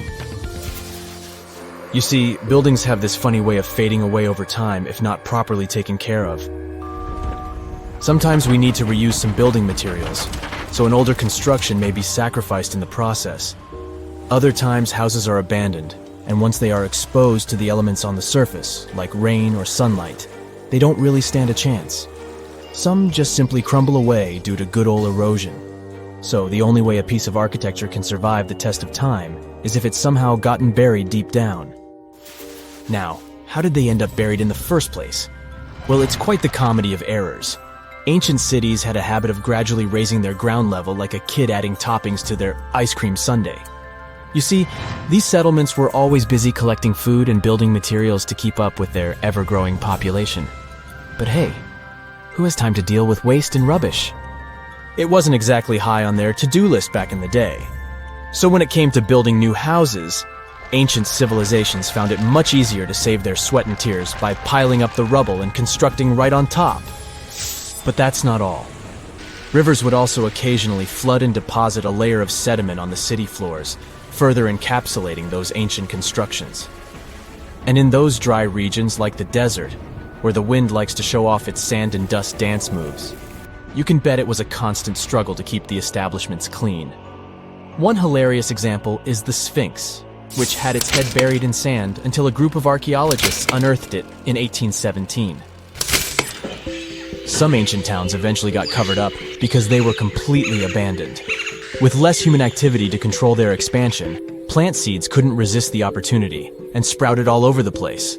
They gobbled up carbon dioxide from the air and grew, adding more and more bulk to the ground. Those cheeky roots even decided to stabilize the soil made from decaying plant matter, creating layers upon layers of earthy goodness. It's like the ultimate DIY project Mother Nature embarked on, with plants as her loyal helpers. The act of digging into the secrets of ancient civilizations is not just about unearthing a lost world. It's also an epic quest to reveal the hidden treasures beneath layers of history. But how do archaeologists know where to dig in the first place? If everything is covered in layers upon layers of sediments, debris, and plant roots, they must have some sort of system they rely on before embarking on a new project, right? For starters, they're not always the ones suggesting an archaeological dig in a certain location. Let me explain. Let's say you're a contractor, and you want to build a new fancy apartment complex in your city. Some local legislations have certain requirements before your project can start, though. For instance, before anyone starts building on a piece of land, they might need to bring in specialists to check the soil. These clever folks can be archaeologists, geologists, or paleontologists, and they need to keep an eye on things during development. If any artifacts or ecofacts, fancy word for organic remnants, are discovered, these experts swoop in to excavate and study them. But what about sites that have nothing to do with bulldozers and yellow hats? Archaeologists have more than one trick up their sleeves when it comes to locating ancient hotspots. They dive deep into historic records with a healthy dose of detective work. By sniffing out old documents and maps, they can piece together the puzzle of human activity in a specific area. If a site has been visited before, it's even better. Finding records of past excavations or historical accounts can give archaeologists lots of information on where to continue their treasure hunt. Before archaeologists start swinging their shovels, they engage in a bit of a visual scan mission. Armed with a grid system, they'll stroll around the site, keeping their eyes peeled for any artifacts that might be hiding just beneath the Earth's upper layer. From groundstone tools to historic glass and even ancient garbage dumps, yes, they're all so valuable. These keen-eyed explorers can spot signs of human activity faster than most people. If they stumble upon midden soil, fancy term for a garbage dump, they know for sure that humans once called this place home. Archaeologists don't just rely on their trusty shovels, though. They have an arsenal of gadgets to aid in their search for hidden wonders. Geophysical tools are like their secret weapons.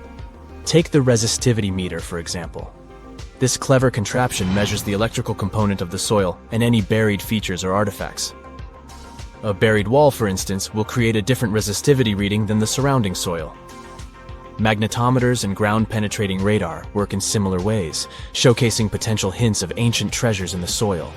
And who could forget our trusty old friend, the GPS? It helps archaeologists map out precise locations, like a high-tech treasure map, leading them straight to their pot of gold. Care to virtually visit some of the most important archaeological sites in the world? Well, follow me. In the United Kingdom, for instance, you'll find this interesting place called Stonehenge. It's one of many henges scattered around, but this one really takes the cake. Picture this: massive ancient stones standing tall and proud, arranged in a funky outer ring and an inner horseshoe, with some smaller stones thrown in for good measure. And guess what? These amazing stones have been around for over 5,000 years. Talk about a serious case of rock-solid longevity. Now, here's where it gets interesting. According to local folklore, the legendary wizard Merlin whipped out his magic wand and poof! He teleported these massive stones all the way from Ireland. Apparently, some giants had assembled them there, but Merlin decided they would look much better at their new location. Others think it's just the ruined remains of an old Roman spiritual edifice. These amazing structures were built by our Bronze Age ancestors. With their simple tools and limited tech, they managed to create this monumental masterpiece. Impressive, right? Unfortunately, there's still so much we don't know about this area. Stonehenge's initial purpose remains a mystery to this day. Sure, there are lots of theories, but scientists have yet to agree on the subject. However, we do know that it's perfectly aligned to catch the sunrise during the summer and winter solstices. The ancient city of Pompeii is an equally amazing archaeological site. Picture this: Mount Vesuvius, a notorious troublemaker, decided to throw a volcanic tantrum and completely covered this ancient Roman city. It turned it into a time capsule, located outside present-day Naples in Italy. Fast forward to the year 1748, when a bunch of adventurous explorers stumbled upon Pompeii. Lo and behold, they discovered a treasure trove of well-preserved goodies: streets, houses, food. Probably a bit stale by then. Blingy jewelry, fancy sculptures, colorful frescoes, everyday household items, and even animal and human remains. It was like an epic archaeological party. From the looks of it, Pompeii had it all. Fancy houses and villas, a massive 20,000-seat arena, cute little artisan shops, hangouts like taverns. And let's not forget the saucy spots like those luxurious bathhouses for some intense pampering. There's also the Sanctuary of Apollo, where people used to gather for their daily dose of worship. And of course, the bustling heart of the city, the Forum of Pompeii, where all the cool people used to hang out. And guess what? Pompeii is so cool that it made it to UNESCO's World Heritage List back in 1997. That's like the ultimate Hall of Fame for historical awesomeness. It also includes many other famous buildings and sites, like the Taj Mahal in India and the Acropolis of Athens in Greece. You have heard about Nikola Tesla. You have definitely heard about the Great Pyramids in Egypt. But what if I told you that Tesla may have probably uncovered the ancient mysteries surrounding the pyramids? Wait, what? Is this a crossover episode? Nope. It's highly probable that the secrets of the pyramids are hidden in plain sight. But first, let's recap what we know about the pyramids. What's so mysterious about them? I mean, they are just old quirky buildings, aren't they? One of the biggest questions is how they were built. Some people think that the pyramids were created by people using only their hands and muscles. But others think that there might have been some kind of crazy energy source that we don't know about yet. Like, what if aliens helped out or something? Just kidding. But this idea of some unknown energy source being used to build the pyramids has been around for ages. Even in old texts, like the pyramid texts, it talks about how the gods gave us something to build a great power. So maybe there was something really powerful and mysterious going on back then? Who knows? Back in the early 1900s, he got obsessed with the Great Pyramids of Egypt. He read numerous books about these ancient structures and was blown away by how much energy they seemed to have. At that time, not many people knew much about electricity, and Tesla started to wonder if there was some kind of advanced tech hidden in the pyramids. He had an idea that the power of the pyramids had to do with electromagnetism, and he put a lot of time and effort into trying to figure out the mystery. Tesla had some pretty unusual theories about the Great Pyramids. He thought that they could actually store and move electricity, which could then be used to power up the areas around them. He also had this theory that the pyramids were built using some kind of crystal energy. He believed that the chambers inside the pyramids could have these super powerful crystals that could control the electromagnetic fields. But that's not all. Tesla also had this idea that the materials used to make the pyramids had properties that allowed them to trap energy from the sun and the moon. And not just a little bit of energy. He thought that the pyramid could actually create this massive energy field that could light up whole cities or even brighten up dark places. He thought that the pyramids could be used as giant power plants to generate electricity and run machines. Tesla even believed that the pyramids were somehow linked to cosmic energy, which could be used for spiritual enlightenment and healing. How very new age of him. Anyway, Tesla wasn't just pulling these ideas out of thin air. He was seriously into studying everything he could about the pyramids, from ancient artifacts and texts to hieroglyphs and drawings. And he came up with this idea that the pyramids were designed to be energy amplifiers, and some kind of unknown energy source was used during their construction. Some people thought Tesla was eccentric for coming up with these theories, but his ideas have actually had a huge impact on the way we think about the pyramids today. Researchers and scholars have been digging into his theories for years and using them to uncover some of the biggest mysteries surrounding these ancient structures. For example, recently scientists have used theoretical physics to investigate how the Great Pyramid of Egypt would react to certain radio waves. They found out that if the radio waves were a certain length, the pyramid could concentrate the energy inside its rooms and focus it under its base. The scientists did lots of calculations to figure this out. They first thought about what radio wavelengths would work best. Then they made a model of how the pyramid would react to the waves. They figured out how much of the energy from the waves would get absorbed or spread out. Lastly, they checked how the energy would move around inside the pyramid when the waves hit it. To help explain all of this, the scientists used something called multipole analysis. This is when you take a complicated object and break it down into simpler parts. Then you can see how each part interacts with the energy that's coming in. It's like taking apart a puzzle to see how each piece fits together. The researchers are interested in how all of this can be used in the future. They want to make really tiny particles that can do the same thing as the pyramid, but with light. By changing the size, shape, and the material of these particles, they can control how the light moves around them. This can be really useful for things like making tiny sensors or super efficient solar cells. The scientists had to make some guesses when they were doing their research. They assumed that there weren't any hidden spaces inside the pyramid, and that the material used to build it was all the same. But even with these guesses, they still made some pretty impressive discoveries. But the pyramid study is not the only proof that Tesla was ahead of his time. There are more Tesla's projects that seemed unrealistic at the time, but that scientists and enthusiasts reevaluate and try to implement today. Let's talk about Tesla's most ambitious project, the Wardenclyffe Transmission Tower. Back in 1900, Tesla was already a big shot when it came to electrical engineering in America. People were blown away by his amazing inventions and the fact that he managed to outdo Thomas Edison in the battle of currents. However, Tesla wasn't content to rest on his laurels. He decided to embark on his most ambitious project yet, the transmission tower at Wardenclyffe.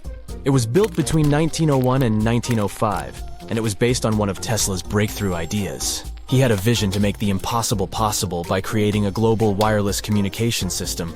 It would use Earth itself as a conductor, transmitting music, news, stock market reports, secured military communications, and even facsimile images.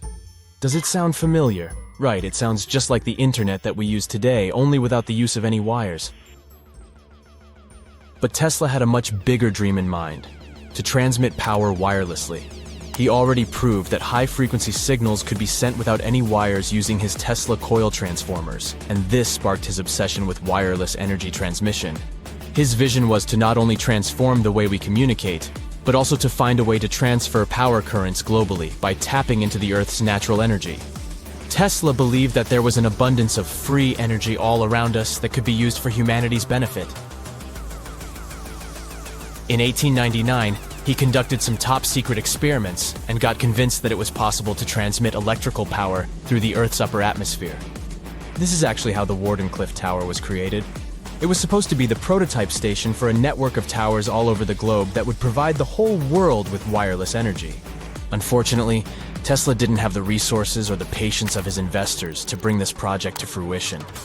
It ran into all sorts of financial problems and roadblocks, and in 1917, the unfinished tower was finally torn down for scrap metal to pay off Tesla's mounting debts. Now it remains a sad reminder that even the greatest minds can sometimes fall short of their dreams. The original red brick laboratory, however, is still there, and it is the only Tesla lab that has survived. Fun fact, in 2017, a film crew made a crazy discovery. They used ground-penetrating radar to explore the area around Wardenclyffe, and they found a whole series of tunnels stretching for hundreds of feet underneath the site. Nobody knows exactly what these tunnels were used for, but people have been speculating for years that they were part of Tesla's grand plan. Wardenclyffe, of course, is a major landmark for Tesla enthusiasts from all over the world. Who knows? Maybe someone will finally crack the mystery of the tunnels one day. But even if they don't, the legacy of Tesla and his amazing ideas lives on. A gruesome discovery took place in Egypt some years ago. You want to hear about it? 16 human hands, carefully buried in 4 eerie pits. They didn't look too much like human hands at first, since they were abnormally large, but they were. Weirdly, there were only right hands, no left hands were in sight. It turned out that it points to the practice of an ancient dark ritual. Old Egyptian art and tales talked of a ceremony where warriors would present the right hand of their adversaries as proof of victory and ask for gold in return. Egyptians believed in the afterlife, so cutting off someone's hand meant you cut off their power eternally. Guaranteeing this type of defeat was interesting to the winning party. Here, the fight was between Egyptians versus Hyksos, who lived in what was once known as Canaan. Egypt has always been the center of some history-changing findings, and some time ago, this papyrus was found. If we stretched it open, it would be just a tad bigger than the height of a skyscraper. The world's tiniest skyscraper, which is located in Wichita Falls, Texas. When humans didn't write on their notes app, they wrote on this thing, made from the medulla of a papyrus plant. Around 2,000 years ago, ancient Egyptians wrote something reminiscent of a book, where they describe most of their funerary traditions and their visions of the afterlife. It's considered one of the most important texts from ancient Egypt and is still sold in bookstores to this day. This ancient manuscript was unearthed from a chamber located just south of the Pyramid of Djoser, located in Saqqara. Oh yes, Djoser is the oldest pyramid in Egypt and not the Giza pyramids like most people think. So recently, the site of Saqqara buzzed with excited archaeologists who probably found one of Egypt's oldest complete mummies. They believe that this beautiful and well-preserved mummy was that of a wealthy man. He was discovered in a deep shaft, covered in layers of gold leaves. There are many symbols that show he was an important and wealthy man, like the band he wore on his head, the bracelet on his chest, and the fact that he was embalmed with a tunic, which was reserved for Egypt's finest. The most exciting part of the entire discovery was finding the resting place sealed with mortar, just as the ancient Egyptians had left it 4,300 years ago. Now this may sound weird, but back in 2008, archaeologists discovered a missing pyramid. Now it went missing because it deteriorated over the span of 4,000 years. Today, you can only see its base. It was a pretty important site back in ancient times. It is said that around the area of the pyramid, the ancients hosted a special type of ceremony where high priests would carry mummified remains of sacred bulls. Now here's a fun fact. Ancient Egyptians believed that Apis bulls were earthly incarnations of the city deity of Memphis and was connected to rites of fertility. It wasn't just any Apis bull, though. They needed to be all black, with a single white mark between its horns and a bunch of very specific characteristics. They were selected by the local priests and honored until they passed away. After that, they were mummified and buried in underground galleries. Meanwhile, this missing pyramid sort of disappeared around the 1800s. It was a German archaeologist who first found it in the village of Saqqara. He called it the Headless Pyramid when he first found it. But then, years after the official discovery, the desert sand came along and covered the whole thing. There were some excavations between the 19th and 20th centuries, but they weren't too systematic. That's why scientists were so thrilled when they dug an entire pyramid's base after removing the 25-foot mound of sand that was covering it. Oh, and it turns out American archaeologists are excavating a cemetery in Egypt that could contain over 1 million mummified bodies. So far, archaeologists have dug around 1,700 mummies. One of the main differences from other classic Egyptian mummies is that these people weren't kings and pharaohs.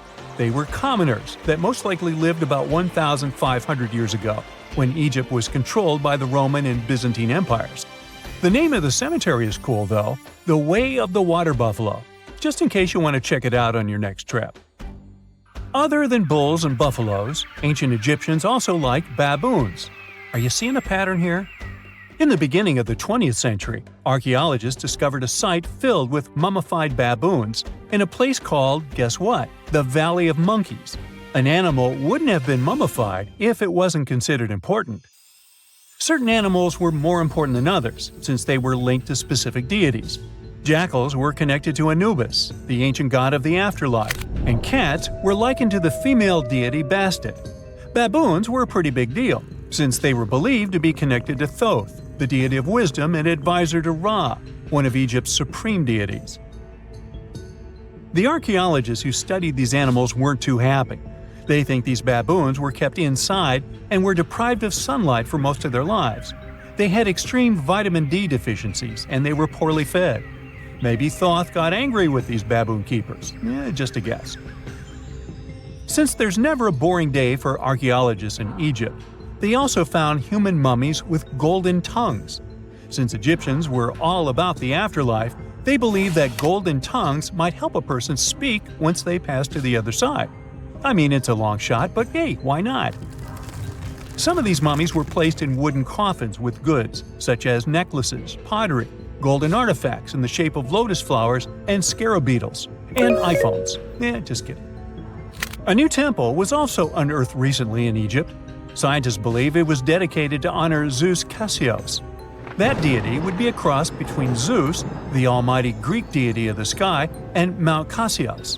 While digging around the Sinai Peninsula in Egypt, Archaeologists spotted 2 pink granite columns poking out of the ground, and bingo. They believe these columns represented the temple's front gate and collapsed during an earthquake many years ago. And speaking of deities, there weren't only super serious deities. Recently, scientists unearthed a golden ring in a city south of Cairo. No, Frodo, it's not magical. It was a normal gold ring, but it had the depiction of the deity of fun, officially named Bes. This deity is often described in sacred texts as a happy chubby dwarf. Today, many tattoos we get are sorta deprived of any sense and are made of aesthetic purposes only. In ancient Egypt, though, women would get tattoos as a token of protection for childbirth. That's what scientists think, at least. Around the Nile region, scientists found some mummies that had well-preserved tattoos, which is a rarity since the skin deteriorates so easily. 2 of these women tattooed their lower backs, and the drawings were simple. They were mostly pictures, including that same chubby dwarf we just talked about, Bes. He also had a side hustle as the protector of women during childbirth. Now, would you believe me if I told you ancient Egyptians invented robots? No?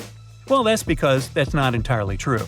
Sure, they were astronomers, mathematicians, and engineers, and somehow they also squeezed an eccentric invention into that package – an automated deity some scientists called Hathor. This wooden statue had been in the Metropolitan Museum of Art for years before someone noticed its secret. With the help of an X-ray machine, specialists discovered a mechanical operating system inside it. The pulley-like axis goes from the statue's shoulder to her left leg. When the system rotates, the statue raises and lowers her hand. Hey, pick me! Pick me! I got my hand up here.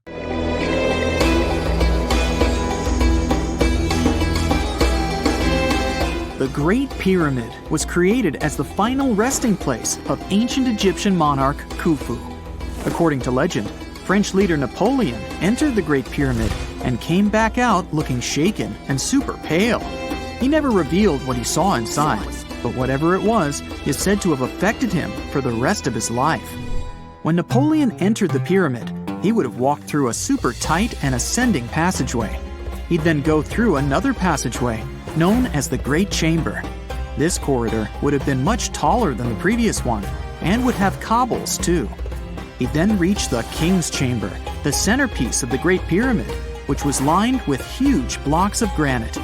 But it wouldn't have looked as grand as we might imagine. There are no hieroglyphics decorating its walls, as Egyptians only began decorating the burial chambers of pyramids much later on.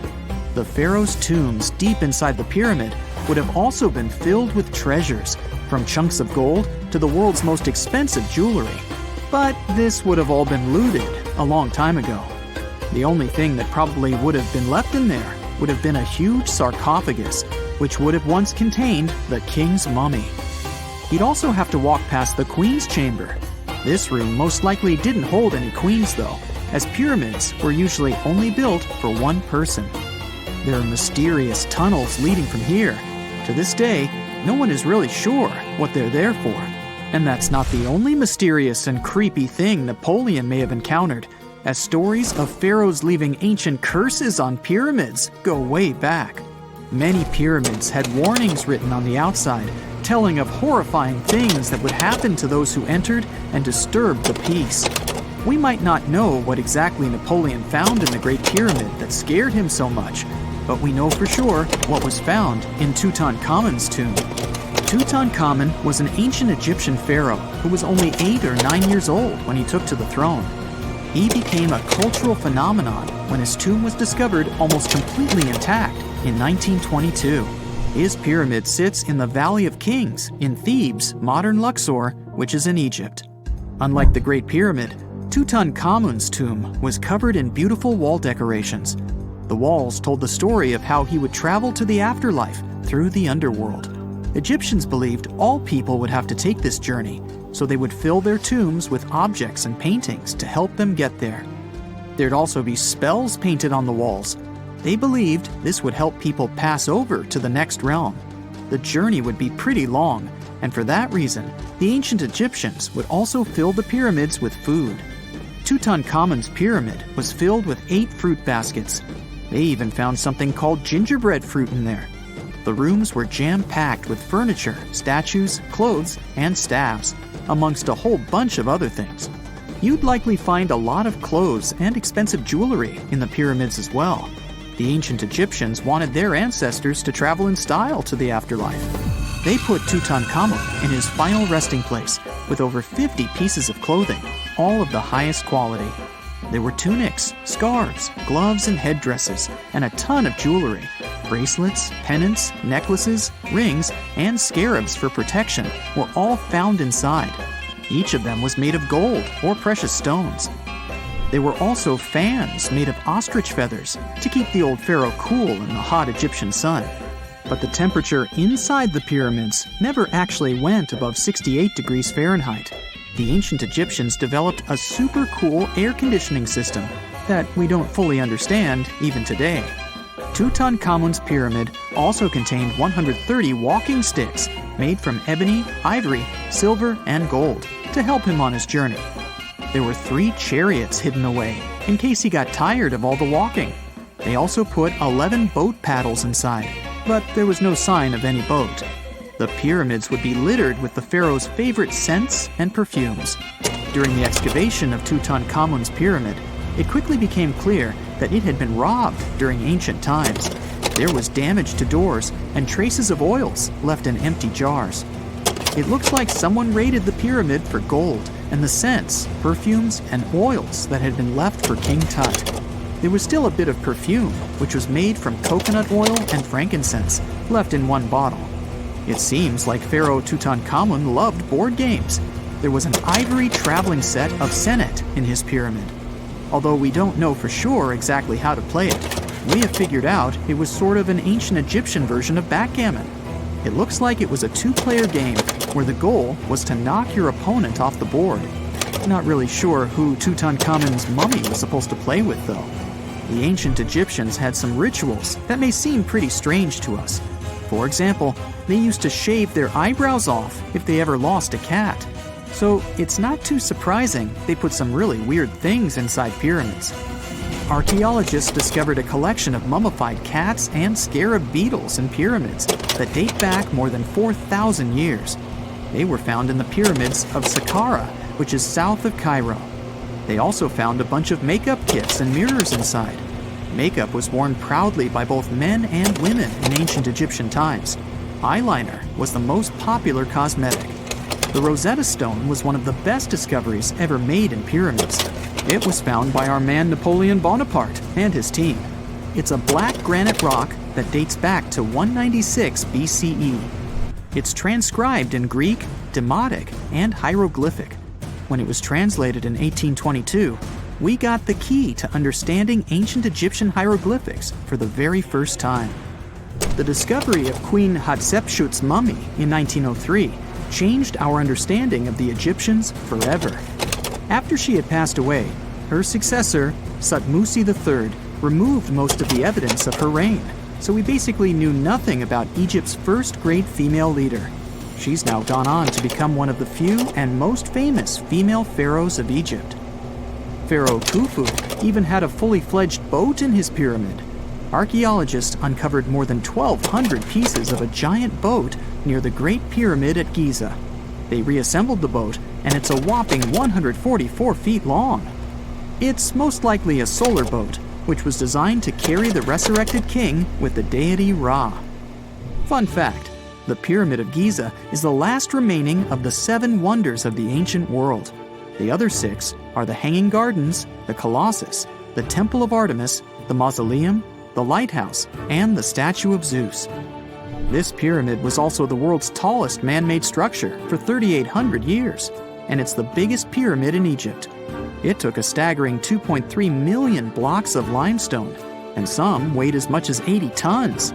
It took an incredible 100,000 laborers and a whopping 23 years to build.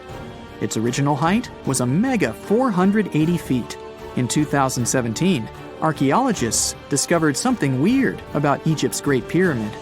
There's a hidden void that's at least 100 feet long, and no one really knows why it's there or what's actually inside it. The weird void is the first inner structure discovered within the 4,500-year-old pyramid since the 1800s. Scientists used cosmic rays to detect the massive hole, but are still no closer today to finding out what's inside. The ancient Egyptians took a lot of care building the pyramids, and everything was strategically placed and structurally sound, so it's super unlikely that this hole is due to blocks falling over time. Loads of pyramids also contain small model figurines called ushabti. These represented attendants. They believed they would come to life to serve the pharaohs in the afterlife. But it's amazing that all this stuff actually fit inside.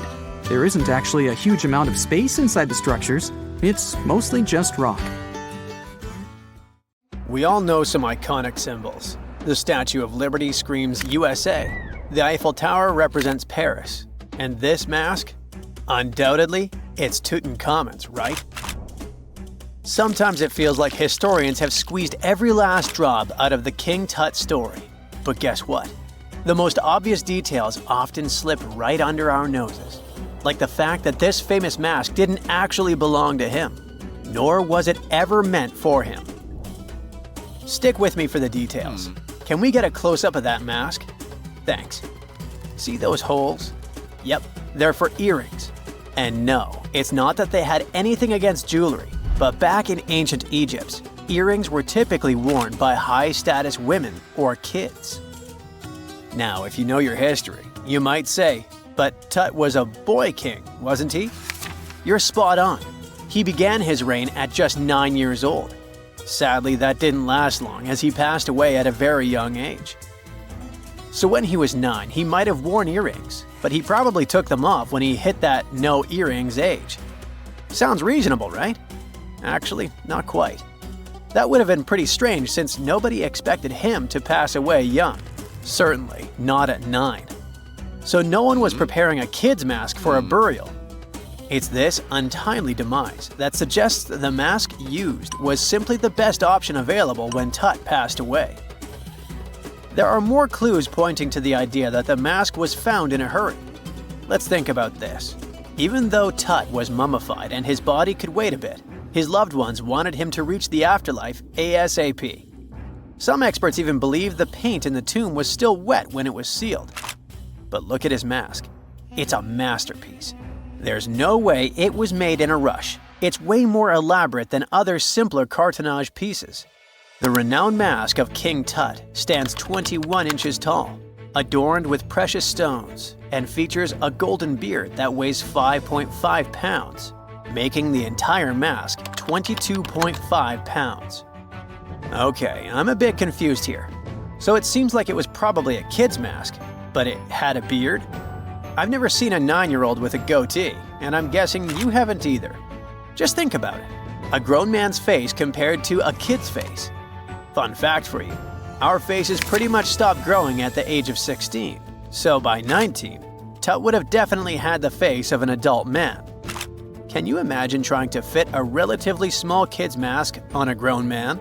That would have been super embarrassing, and no one would have let that happen. Right, let's dismiss the kids' theory.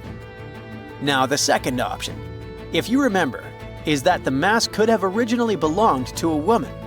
This is where the beard theory comes into play. Some researchers believe the beard might have been added later on. Here's another twist. What if the mask was actually made for Nefertiti herself, who ended up maskless? In this case, there are two discoveries. Two birds with one stone. For now, it sounds like a conspiracy theory, I know. But let's give it a shot and delve deeper into the details. So, Tut passed away in around 1323 BCE, probably due to malaria. He had other health issues too, like when he broke his leg, and records suggest he wasn't in the best shape. As for Nefertiti, we have no solid data about her demise. Plus, nobody knows exactly when or where she was buried. The supposed year when she passed away is around 1330 BCE, but she could have lived longer, and the mask was intended and prepared for her. Or maybe they just took her mask right from the burial chamber. After all, they were family. Well, sort of. She was said to be his stepmom, having been married to Akhenaten, who was likely Tut's father. But this is not 100% accurate. Some scientists doubt it. Ah, these ancient Egyptian families. It's hard to keep track of who's who. I know, you're not yet convinced that Tut wore a lady's mask. Let me share one more theory with you. Meet Howard Carter, the enthusiastic archaeologist who discovered Tutankhamun's tomb. It was located in the Valley of Kings outside Luxor and, to everyone's surprise, was nearly intact. When he entered, he noticed something odd. This didn't feel like a pharaoh's burial chamber. It was classy and all, but it had a vibe that suggested it was made for a woman. Typically, Egyptian pharaohs had larger tombs that suited them better, and even more strangely, it was oriented to the right of the entrance. This didn't add up. That orientation was typical for female chambers, which Egyptian queens used. Another red flag was that the chamber appeared to have been built in stages, and all the artifacts, around 2,000 of them, seemed hastily placed there. Even more curious, they looked like they were meant for other royals. Carter discovered this burial site in 1922, but it remained a mystery as to why it was so bizarre. Almost a century later, Nicholas Reeves thought he may have solved the puzzle. He claimed that King Tut might not have been the original resident of the tomb. Instead, he suggested that the undisturbed resting place of the legendary Queen Nefertiti could be hidden behind the walls of the boy king's burial chamber. Nicholas studied high-resolution photos for months, meticulously examining every pixel. One day, he focused on detailed scans that revealed the texture of the tomb's walls beneath layers of paint. He spotted what he believed to be outlines of two doorways that had been blocked and plastered over to hide them from view. The more he looked, the more it seemed real. Could it be a tomb within a tomb? Nicholas theorized there was a hidden storeroom behind the western wall of King Tut's tomb, and his chamber might just be the outermost section of a larger corridor-style network of rooms. It all sounds fancy, but sorry to break it to you, Reeves' theory was debunked. To find out if he was onto something, experts had to use ground-penetrating radar to see the unseen. Reeves' idea was that if there were gaps, it could indicate the presence of additional rooms. And at first, in 2015, one expert even thought he had found a hidden room. But the glory didn't last for long. A year later, after double-checking, it turned out there were no hidden doorways. By the way, Nefertiti isn't the only legendary woman from Egypt whose burial site remains a captivating mystery. There's a cool legend about Cleopatra that you might enjoy. It's said that she once declared, "No man will ever find my tomb." Kind of fitting, right? After all, the person who's come closest to uncovering her final resting place is a woman. Fast forward a few millennia after she passed away, and while no man has located it, archaeologist Kathleen Martinez believes she might have cracked the code. She's been on the quest for Cleopatra VII's tomb for nearly 20 years, and recently discovered a bust that she thinks represents the famous queen. However, not everyone is on board with her claim. Some experts argue that the bust doesn't resemble Cleopatra at all. Alongside this intriguing marble statue, Martinez's team also unearthed 337 coins, some of which, less controversially, feature Cleopatra's likeness. But the real part is that it's still not officially confirmed. There's no doubt about the existence of the small bust. It's carved from white marble, fits in one hand, and shows a woman wearing a royal crown, according to a translated statement from the Egyptian Ministry of Tourism and Antiquities. The big question, though, is who it actually depicts.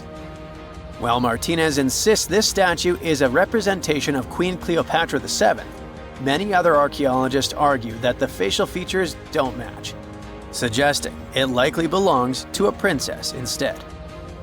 Sorry, I can't resist the temptation of breaking the magic for a moment. Some folks believe that the whole idea of "no man will find my tomb" is misunderstood. Even if she did say it, what she probably meant was "no living soul," and it wasn't about gender at all. It can as well be just a beautiful legend. Toodaloo! Secant, cosine, tangent, sine, 3.14159. Yeah, that was the cheer we heard coming from the trigonometry club back in the day. For the rest of us in math class, terms such as sine, tangent, and pi were just bewildering. Who invented these and why?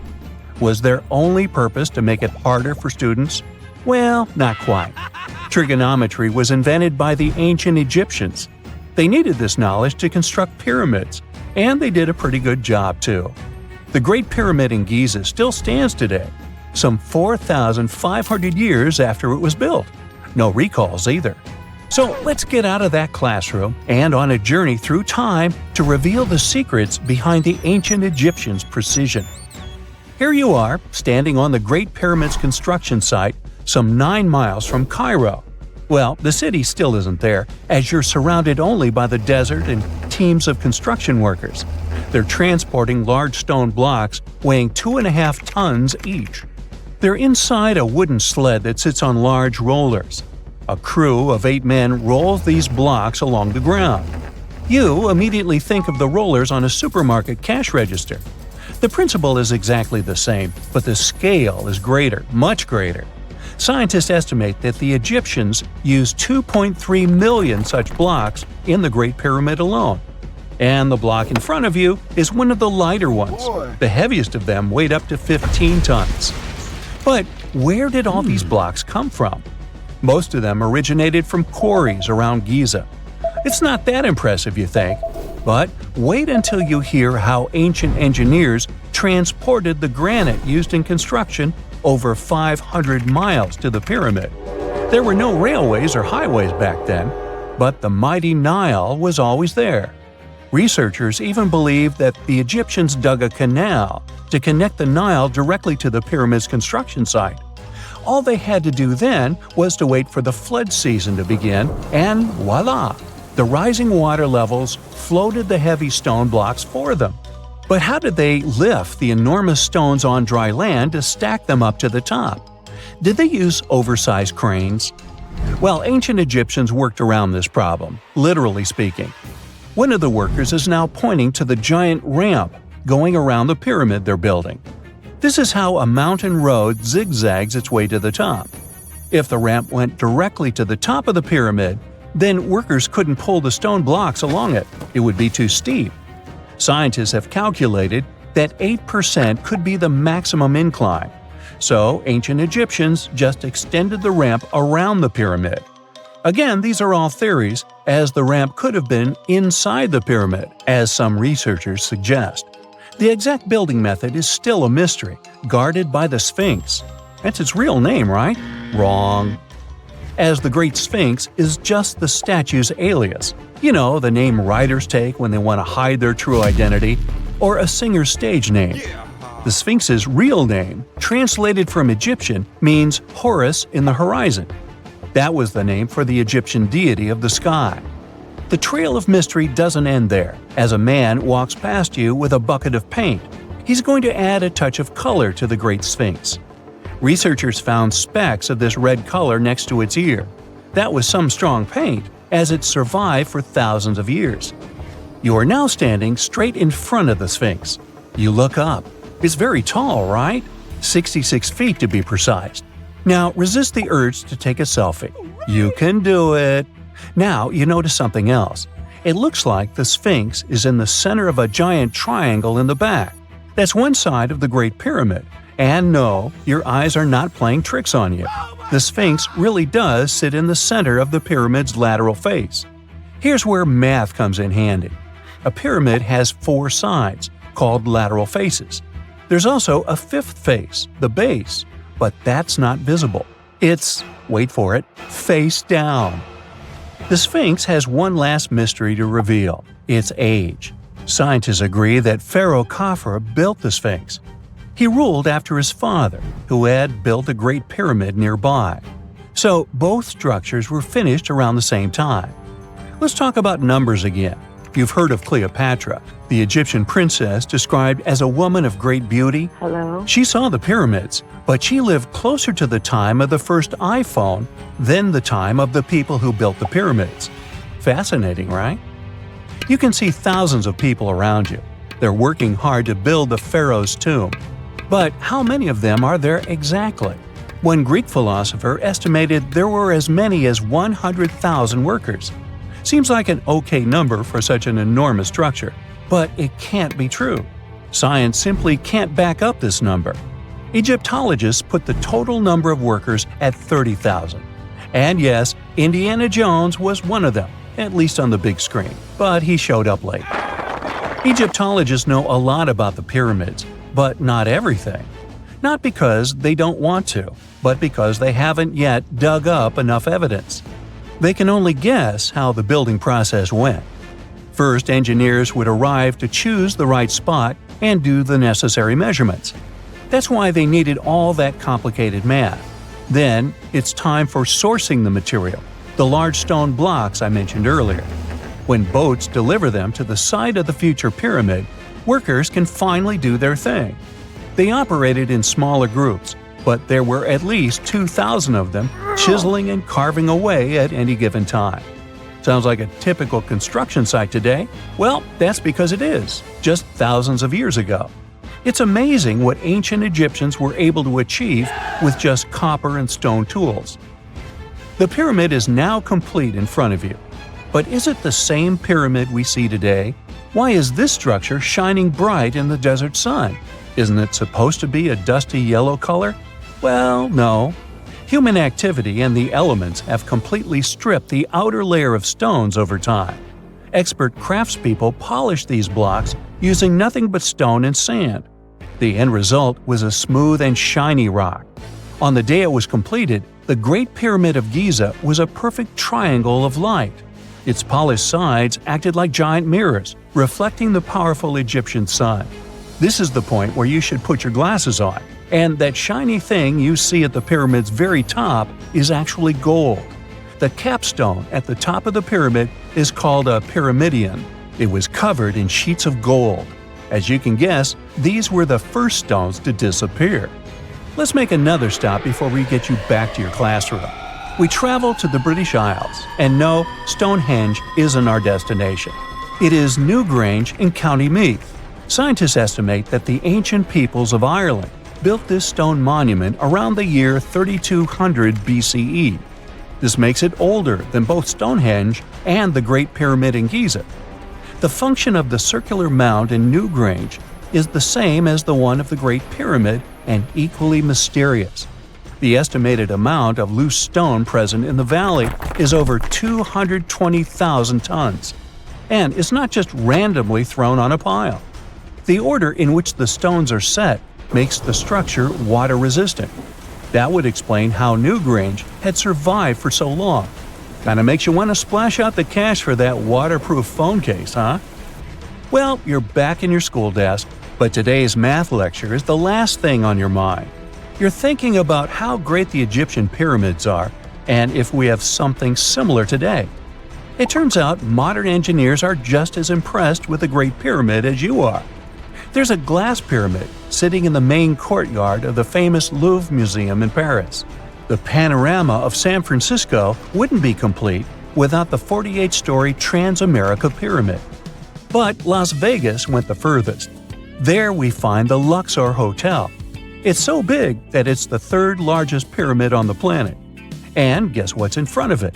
Yup, a replica of the Sphinx. It's 110 feet tall, 2 stories higher than the one in Giza. Yeah, everything's bigger in Vegas. If there's a question that still baffles archaeologists to this day, it's this one. How did the ancient Egyptians build those magnificent pyramids? As far as we know today, their resources were quite limited, especially in terms of tools and building materials. We still don't have a fully satisfying answer, but hey, we've got some pretty amazing theories worth considering. The leading contender among these theories involves the clever Egyptians employing a sneaky strategy. Now picture this. They constructed a slanted and curving mound made of bricks, earth, and sand encircling the pyramid to be. As the pyramid grew taller and taller, they simply increased the height and length of this wacky structure. It's like they were playing an ancient game of Jenga. Now, how did they get those massive stone blocks up there? Well, according to the legendary ancient Greek historian Herodotus, they used sleds, rollers, and levers. It sounds like they turned construction into a supersized game of tug-of-war. And guess what? Herodotus also claimed that the Great Pyramid, you know, the one from Giza, the granddaddy of them all, took a whopping 20 years to build. There's more. Herodotus also dropped a mind-boggling number on us. 100,000 men were supposedly involved in this pyramid extravaganza. Did they hire the entire Egyptian population? Well, it might not be as far-fetched as it sounds. These men were probably mostly farmers, so they probably focused on the pyramids when there wasn't much work to be done in the fields. You know, like during the flood season of the Nile River. Obviously, specialists in the archaeological community had something to add to this theory. By the late 20th century, they discovered some evidence that suggests the workforce might have been smaller and more permanent than previously thought. Instead of a massive army of 100,000 pyramid builders, they proposed that a modest crew of around 20,000 workers, accompanied by support personnel like bakers, physicians, and even spiritual leaders, could have gotten the job done. There was also this theory that claimed that the pyramids were actually built from the top downward. It suggested that these colossal structures were nothing more than isolated hills used as quarries. The stones were supposedly drawn from these hills, and over time, competing engineers took charge and transformed them into the iconic pyramids we know today. Now, before you dismiss this theory as a wild fantasy, some folks thought it wasn't completely crazy. After all, there are instances where isolated hills exist, so maybe this theory had a tiny glimmer of truth. Whether it involved ramp building or ingenious work schedules, one thing is clear. Those pyramids have definitely left their mark on history and on our imaginations. Now, speaking of ancient Egyptian mysteries, there's this gigantic unfinished obelisk sitting in ancient Egypt, and scientists are trying to figure out how it was shaped. Now, some people suggest that our industrious ancestors used handheld pounders to get the job done. One expert has a different take on the matter, though. He argues that if we take a closer look at the pattern left behind by the shaping tool, we'll notice something peculiar. The walls of the trenches surrounding the obelisk display a neat and even pattern, which is pretty unlikely if they were pounded away by mere mortal hands. According to this expert, those horizontal striations are usually the result of a tool that takes breaks while removing material, leaving its mark on the surface. But wait, there's more. Imagine the tool being rocked back and forth against the trench walls, clearing away the waste to keep the trench from narrowing. Well, in that case, the tool might have left some funky horizontal striations where it was pressed against the sidewall. This sounds like some fancy technology at play, don't you think? And guess what? The dynastic Egyptians probably didn't have access to that kind of know-how. Another famous Egyptologist from way back also uncovered a bunch of core drills during his adventures. Although the actual drill bits are missing, his collection houses these particular core remnants made of limestone, alabaster, and even granite. These constructions aren't the only amazing thing the ancient Egyptians left behind, though. As it turns out, the Egyptians were the genius minds behind the creation of the handheld mirror. Yeah, that little mirror you use every day to check yourself out. But here's the twist. These mirrors are like pieces of art. They were decorated with inscriptions and figures. But that's not all. The Egyptians had a serious concern with their appearance. They knew the importance of personal hygiene and looking fabulous. So, in their quest for pearly whites, they invented toothbrushes and toothpaste. Dental problems were pretty common back then, and their smiles weren't exactly all white. Dentistry wasn't their strongest suit, you see. Maybe their minds were distracted by all that pyramid building. So that doesn't mean those ancient toothpaste recipes weren't amazing. One delightful concoction included rock salt, mint, dried iris petals, and pepper. Some brave dentists in the 21st century tried it out, and it worked pretty well. Ground-up ash was also used in another recipe to create a tooth cleansing paste. Mint was missing, so that didn't do much for their breath. That's when the genius Egyptians came up with the world's first breath mints. They made tablets from heated spices like cinnamon, and they mixed it with honey. Now, let's shift gears to home decor, Egyptian style. They surely took ornamentation to the next level. While the concept of decorating furniture started in Mesopotamia, the Egyptians cranked it up a notch.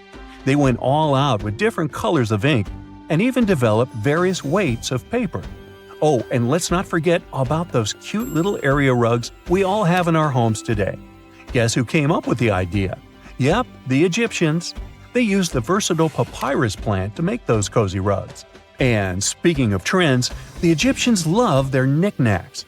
They had an assortment of small figurines in the shapes of cats, dogs, and people. These statues were made from various materials, like simple sun-dried mud to the ultimate bling of gold. It all depended on how loaded you were. The Egyptians were also all about farming, and they knew that clean water was crucial for their crops and animals. That's why they came up with some nifty inventions and techniques to make sure their land was fertile and their plants were happy. First off, they had the genius idea of using ox-drawn plows. They had two types of plows, heavy and light. The heavy plow would strut its stuff, cutting deep furrows in the soil, while the lighter plow followed behind, fluffing up the earth. But they didn't stop there. After plowing, the Egyptians would break up clumps of soil and sow the rows with seeds. To give those seeds a good old squish into the furrows, they'd march their livestock across the field, effectively closing up the furrows. But hey, all that hard work would be pointless if their seeds were as dry as the Sahara. That's where irrigation comes into play. The Egyptians were so good at it that other cultures, like the Greeks and Romans, couldn't help but copy their techniques. Now let's switch gears and talk about the marvelous architecture of ancient Egypt. These folks weren't just skilled farmers, they were also architectural maestros. They built these fancy canals to carry water to farms and villages, and boy, did they know how to make those canals look pretty. Just imagine strolling along a canal lined with ornate structures. The Pharaoh Ramesses the Great was quite the overachiever when it came to construction. One of his mind-blowing creations was the construction located at Abu Simbel. This building was designed so that twice a year, the sun would shine directly into it and illuminate the statues of Ramesses. And let's not forget about the corbelled arch. Without this architectural gem, we'd be missing out on some mind-boggling structures like the Great Pyramid. The Egyptians knew how to make things stand tall and proud, thanks to their engineering and construction wizardry. They built grand halls and inner sanctums that make your jaw drop. And some of these temples doubled as astronomical observatories. No man shall ever find my tomb. That's what, according to rumors, Cleopatra once said. Rumor has it really wasn't about the gender. She wanted no living soul to disturb her, and I think she meant that no human would ever discover the location of her grave. But, surprisingly, it was indeed a woman who was closer than anyone before to finally discovering the Queen's resting place. Meet Kathleen Martinez Berry, a criminal lawyer turned archaeologist. She got so intrigued with Cleopatra's story that she packed her bags and went to Egypt with no official support and even no permission from the authorities. All she had was pure determination to find the Queen's tomb. Now, you could say Kathleen had always been ahead of the game.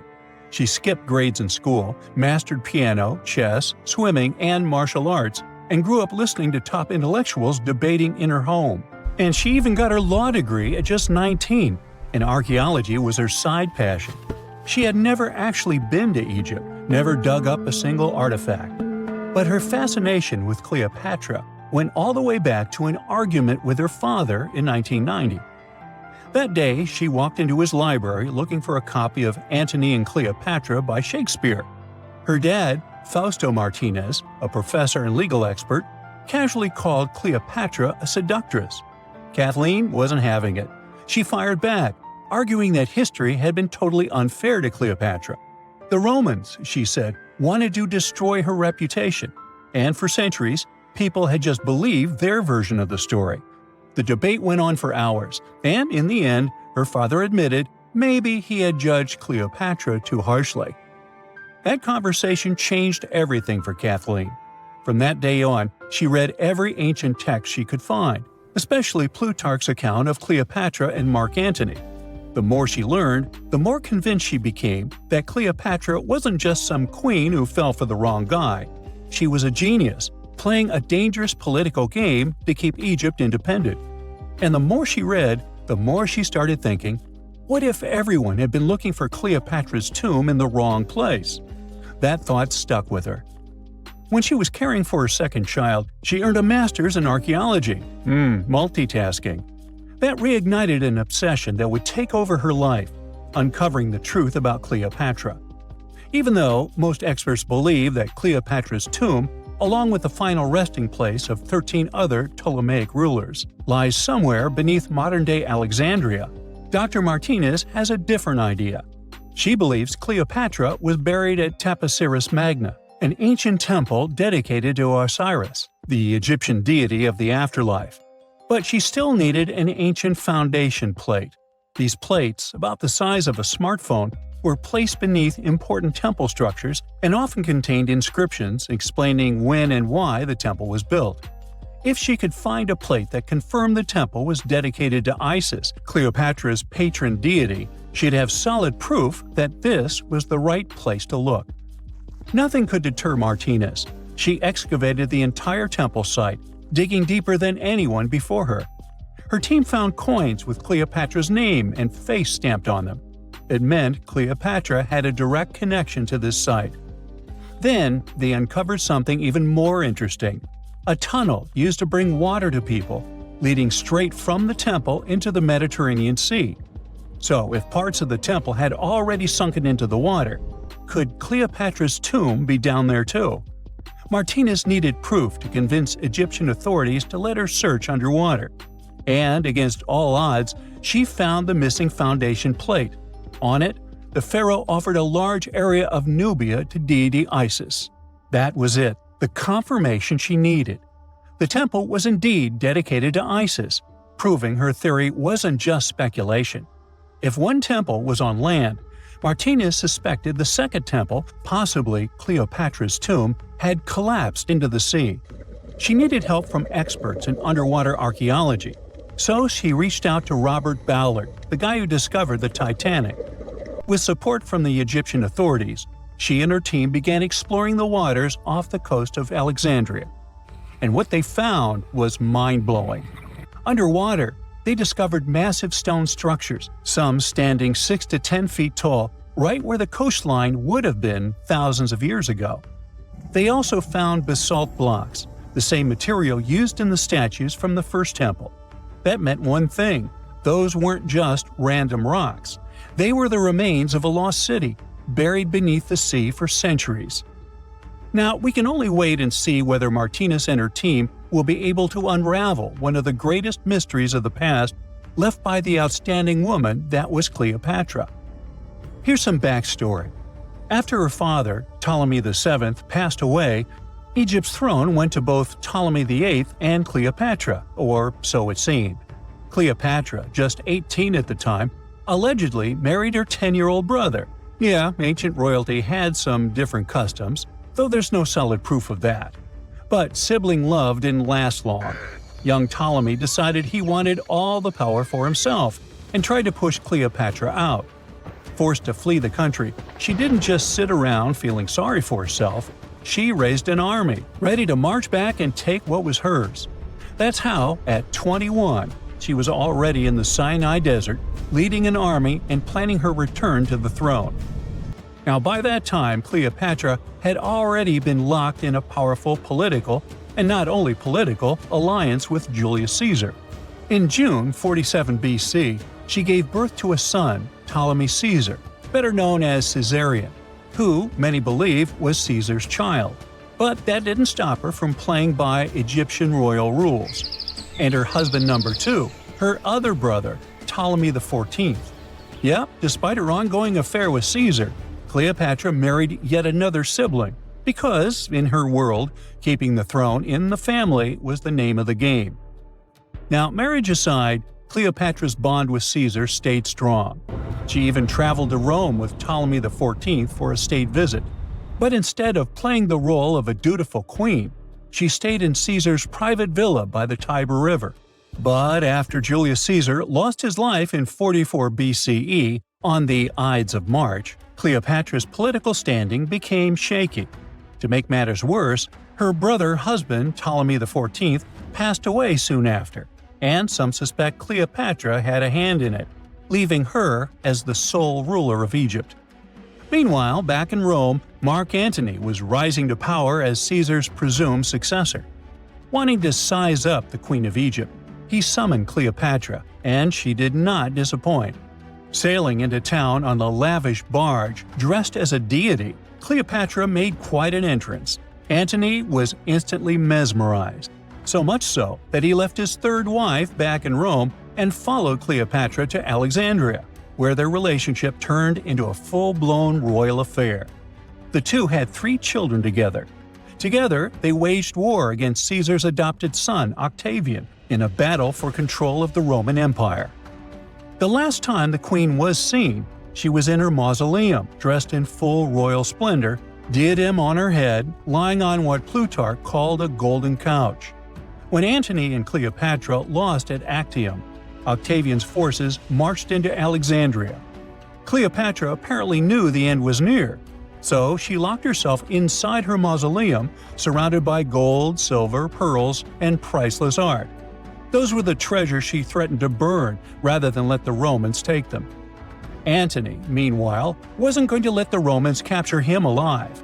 He wounded himself with his own sword, but before he passed away, he was carried to Cleopatra's side. She held him as he took his last breath in her arms. A little over a week later, Cleopatra made her own choice.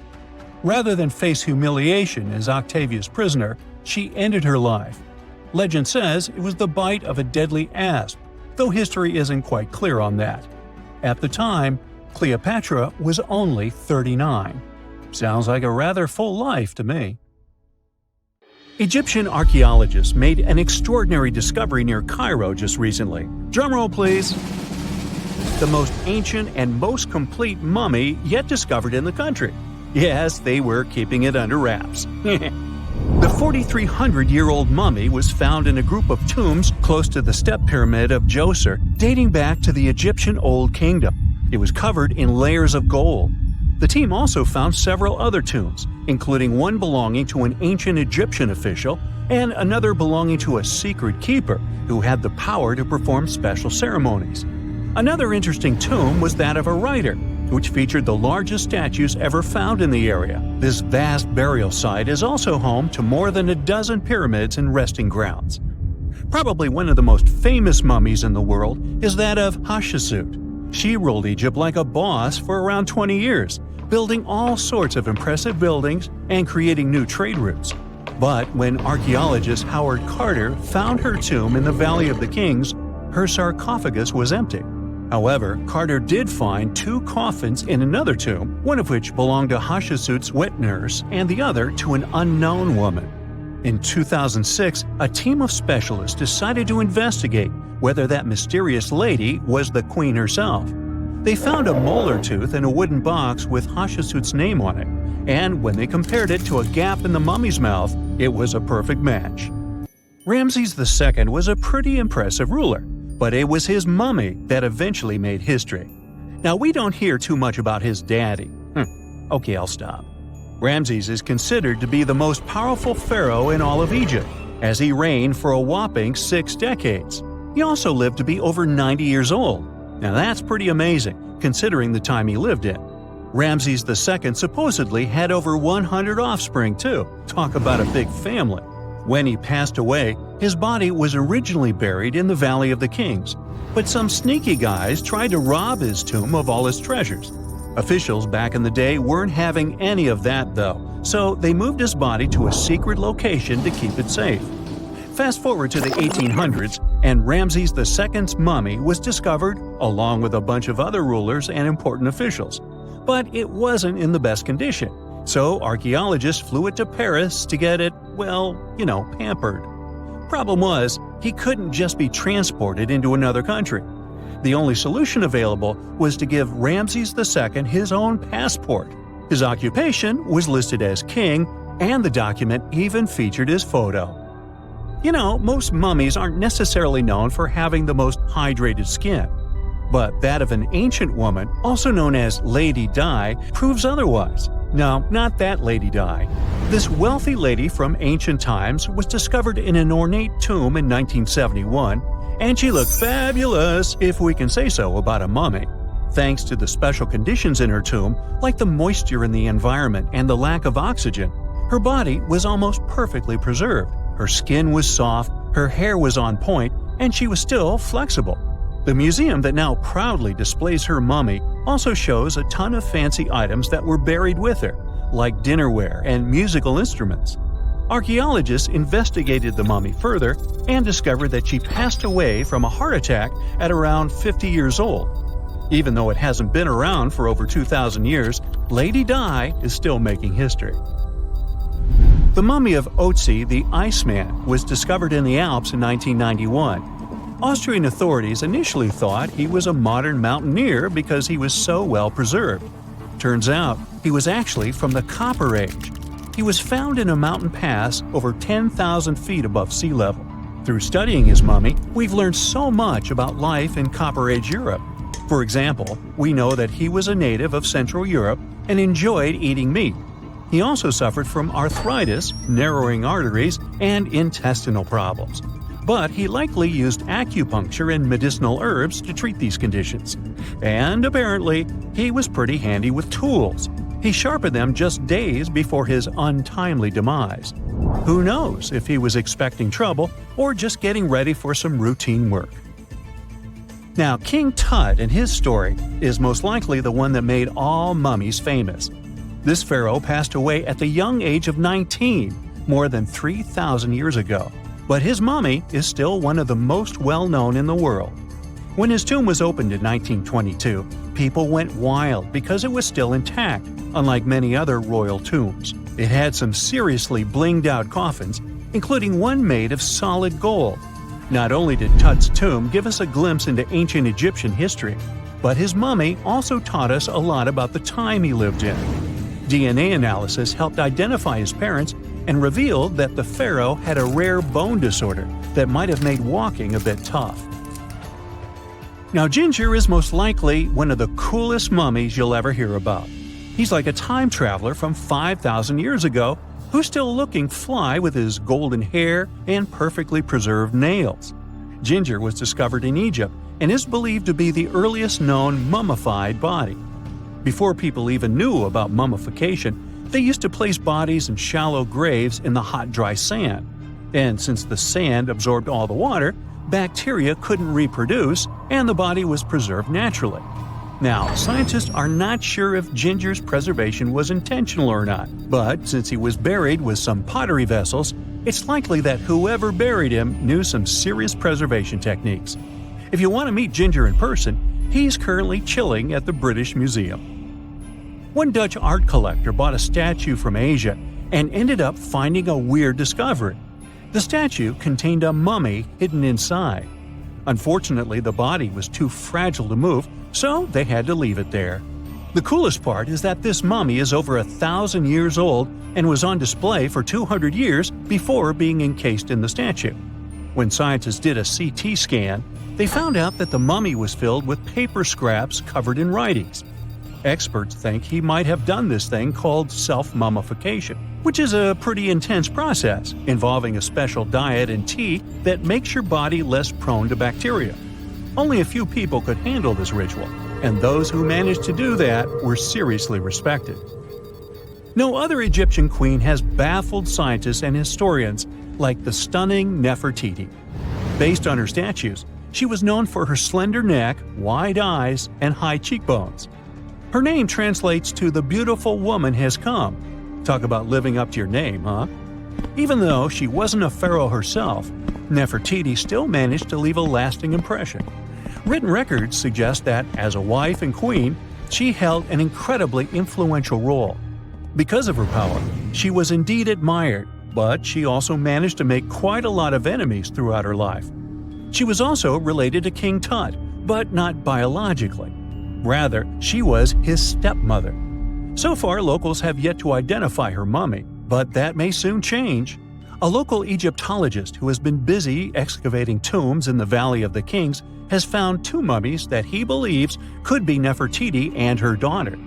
According to specialists, we may soon finally get a definitive answer about the identity of these two mummies. And if one of them does turn out to be Nefertiti, we could be in for a real treat. DNA analysis and CT scans of the mummy could give us the most complete and accurate image of the queen that we've ever seen. It's crazy to think that we've only scratched the surface of what lies beneath modern-day Egypt. Nefertiti ruled during a time of great power and prosperity in Egypt, but unfortunately passed away in a period of social turmoil, leading to her gravesite being lost. Now, where's my mummy? In November 1922, a boy walked through the desert mountains of Egypt and discovered some ancient steps carved into the rock. Subsequently, this find became one of the world's largest and most significant archaeological discoveries. This step was part of Tutankhamun's untouched tomb. Archaeologists found about 5,000 ancient objects, including jewelry, fabrics, painted vases, and funeral masks. You've probably seen one of them. It has become one of the most recognizable attributes of ancient Egypt. More than 100 years have passed since then, and now humanity has finally become close to another large-scale discovery, the tomb of Cleopatra. This queen was the last active ruler of the Ptolemaic Kingdom of Egypt, who sat on the throne from 51 to 30 BCE. There are many ancient records about Cleopatra, her reign, and her unusual personality, but until now, no one has discovered the secrets about her passing away in the burial place. So, one archaeologist, Dr. Kathleen Martinez, has been studying ancient records and temples around Alexandria for decades, and concluded that the tomb of the queen should be located under the ancient city of Taposiris Magna, founded in 280 BCE. It was a big city on the northern coast of Egypt, where tens of thousands of people were engaged in trade and industry, and it seems that Dr. Martinez's guesses turned out to be correct. She and a group of archaeologists have discovered a secret underground tunnel near Alexandria, with a length of about 0.8 miles. It was cut into the rock under Taposiris Magna's temple. During further excavations, they found many things that indicate Cleopatra's tomb lies in the tunnel's depths. It's also possible that she is buried there together with the Roman commander, Mark Antony. According to ancient records, Cleopatra and Mark Antony loved each other and together opposed the Roman Senate, which declared Antony a traitor. The fact that natural disasters have occurred on the territory of Taposiris Magna for thousands of years can complicate the excavations. Earthquakes and floods destroyed the city and possibly flooded its underground tunnels. But archaeologists hope the ancient tomb remains untouched, and that it hides many treasures and records about the royal life of ancient Egypt during the reign of the last dynasty. There's a chance that excavations will go underwater and in the mud. This will require much time and funding, but archaeologists are sure it's worth it. Anyway, it's too early to say that Cleopatra is really buried there, but scientists have found many things in the tunnel that confirm this, including clay pots, dozens of coins with the image of Cleopatra and Alexander the Great, as well as a bust with the image of the Egyptian queen. Cleopatra is still one of the most popular personalities in Egypt, on an equal footing with Ramesses III and Tutankhamun. She inspired many films, paintings, and books, but what made her so popular? She became famous for her inconsistency. She was a beautiful, intelligent ruler who pulled Egypt out of the crisis and made it a prosperous power. Medieval Arabic texts say she knew chemistry, mathematics, and philosophy, and may have written several scientific books. She knew several languages and had excellent diplomatic skills. At the same time, there are many legends that she was a femme fatale who drove many men crazy. However, there's no evidence that her beauty was incomparable. The image of a stunning model was created by Hollywood when it made several films where famous actresses performed the role of Cleopatra. And the Roman Emperor Octavian, the adopted son of Julius Caesar, specially created the image of Cleopatra as an insidious seductress because he was her enemy. Even though she was born in Egypt, Cleopatra wasn't an Egyptian. Her ancestors were Greeks, among whom was one of the generals of Alexander the Great. However, the people of Egypt loved her. She learned the language and was very sensitive to the traditions of this country. She knew the history, mentality, and customs of ancient Egypt well. She raised the level of its economy and strengthened its status as a world power. Much of this was made possible thanks to her cunning and impressiveness. She loved theatrical performances and lavish celebrations, She knew how to surprise people and put on a show. But behind the exterior image of a luxury lover was an intelligent and calculating ruler. Ancient Egypt was a rich, luxurious country, and Cleopatra did everything to increase its wealth and strengthen its position in the international arena. For example, she was once in conflict with her brother Ptolemy XIII Odd. The queen knew that she wouldn't be able to resist him, so she decided to attract Julius Caesar to their side. The Roman emperor arrived in Alexandria, where Cleopatra wanted to meet him, but Ptolemy knew about her plans and was about to prevent her from coming to Caesar. Then, instead of a rich and noisy arrival, Cleopatra decided to make her visit inconspicuous. She wrapped herself in a carpet or linen bag the emperor's servants carried into Caesar's private chambers. Cleopatra emerged from the carpet and impressed the Roman emperor with her beauty and determination. As a result, they fell in love with each other and became close allies. After some time, she impressed another influential Roman for diplomatic purposes. She arrived to meet Mark Antony on a golden barge with purple sails and silver oars. Cleopatra was dressed in the image of Aphrodite and sat under a magnificent canopy. Her servants dressed like cupids and were blowing her fan and burning incense. But Cleopatra created such a show for a reason. She knew that Antony revered Greek mythology and considered himself the embodiment of Dionysus. As a result, he was so impressed with this woman that he ended up marrying her. Cleopatra defended her crown, strengthened her alliance with Rome, and bore Antony 3 children. In Egypt, they threw big parties and enjoyed wealth with power. However, the relationship of a high-ranking official with the Egyptian queen caused a scandal in Rome. Octavian was Antony's primary opponent in the struggle for power, so he exploited the situation to darken the competitor's reputation. He used propaganda to make Cleopatra an insidious seductress in the eyes of Roman citizens. He accused Antony of succumbing to her charms. The Roman Senate supported Octavian and declared Cleopatra an enemy.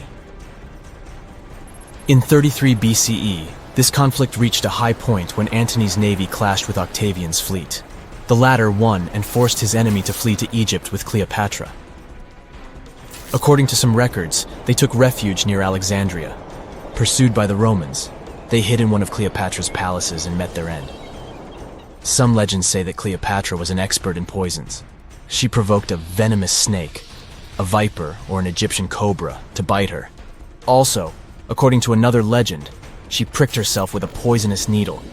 There's a theory that Cleopatra always carried an ampule with poison inside her hairbrush. And when she was cornered, she soaked the needle with this poison and pricked herself. None of this can be said for sure. Scientists are still trying to find out the truth. Perhaps when they reach Cleopatra's tomb, the world will get more answers about her tragic fate. She is considered the last ruler of Egypt. After her passing, Octavian plundered her palaces and temples and returned to Rome, where he became the main emperor. He successfully ruled the country and expanded its borders. His reign ended when he turned 75. World history would have looked different if Cleopatra and Mark Antony hadn't lost that naval battle. By the way, did you know that more time has passed between Cleopatra's reign and Neil Armstrong's flight to the moon than between the reign of the Egyptian queen and the construction of the Great Pyramid of Giza? Armstrong took a step on the Earth satellite in 1969, 38 years after the birth of Cleopatra. And the construction of the pyramid took place in 2560 BCE. Imagine how long the history of ancient Egypt is. Cleopatra is closer to us in time than to the pyramids. We know that the ancient Egyptians were talented enough to build something as grand as the pyramids, but were they also smart enough to measure the speed of light? There's a theory circulating online that says exactly that. If you look at these two numbers, you'll see that they match completely. The first one is the speed of light in a vacuum measured in meters, and the second one is the latitude of the Great Pyramid of Giza. So, was it done on purpose, or is it just a coincidence? Well, happily, we can tell you that it's actually just a coincidence, not another conspiracy thingy. The Great Pyramid is just one of the many places in the world that share the same latitude. And more importantly, even if the ancient Egyptians had somehow measured the speed of light and chosen to keep it a secret from the rest of the world, they wouldn't have used meters to put it down. Meters were only defined at the end of the 18th century. The builders of the pyramids used a different unit of measure called cubits. 1 cubit is equal to 1.5 feet. Cubit was based on the length of the arm from the elbow to the tip of the middle finger, and it became popular in the ancient world. So if they wanted to impress the rest of the world and set the pyramids at a point that matched the speed of light in cubits, they would have to build their iconic constructions somewhere in Europe. And then the Danish astronomer who first measured the speed of light in 1676 would have been really upset to know that someone had done it centuries before him. So, although they were ahead of their time in many aspects, the ancient Egyptians never measured the speed of light or used longitude and latitude to map their locations. The base of the Great Pyramid of Giza might seem like a perfect square, but it's actually an 8-sided structure, not 4-sided. Each of its 4 sides has a subtle concave indentation that splits it evenly from base to tip. The official version is that a British pilot was the first to notice it in 1940 while flying over the pyramid. He took a photograph that showed shadows highlighting these indentations. Some people think these lines are only visible from above and can best be seen at dawn and dusk during the spring and autumn equinoxes. This has led to a freaky theory that the ancient Egyptians might have designed the pyramids to communicate with something looking at them from above. Now, the Great Pyramid is one of only 3 pyramids that used to have a swivel door. It weighed around 20 tons, but they could still easily open it from the inside. Its precise fit made it nearly invisible from the outside, with no visible latch or handle. There were only slight variations in the exterior stone that gave out an opening. The other 2 pyramids with similar doors belonged to Khufu's father and grandfather.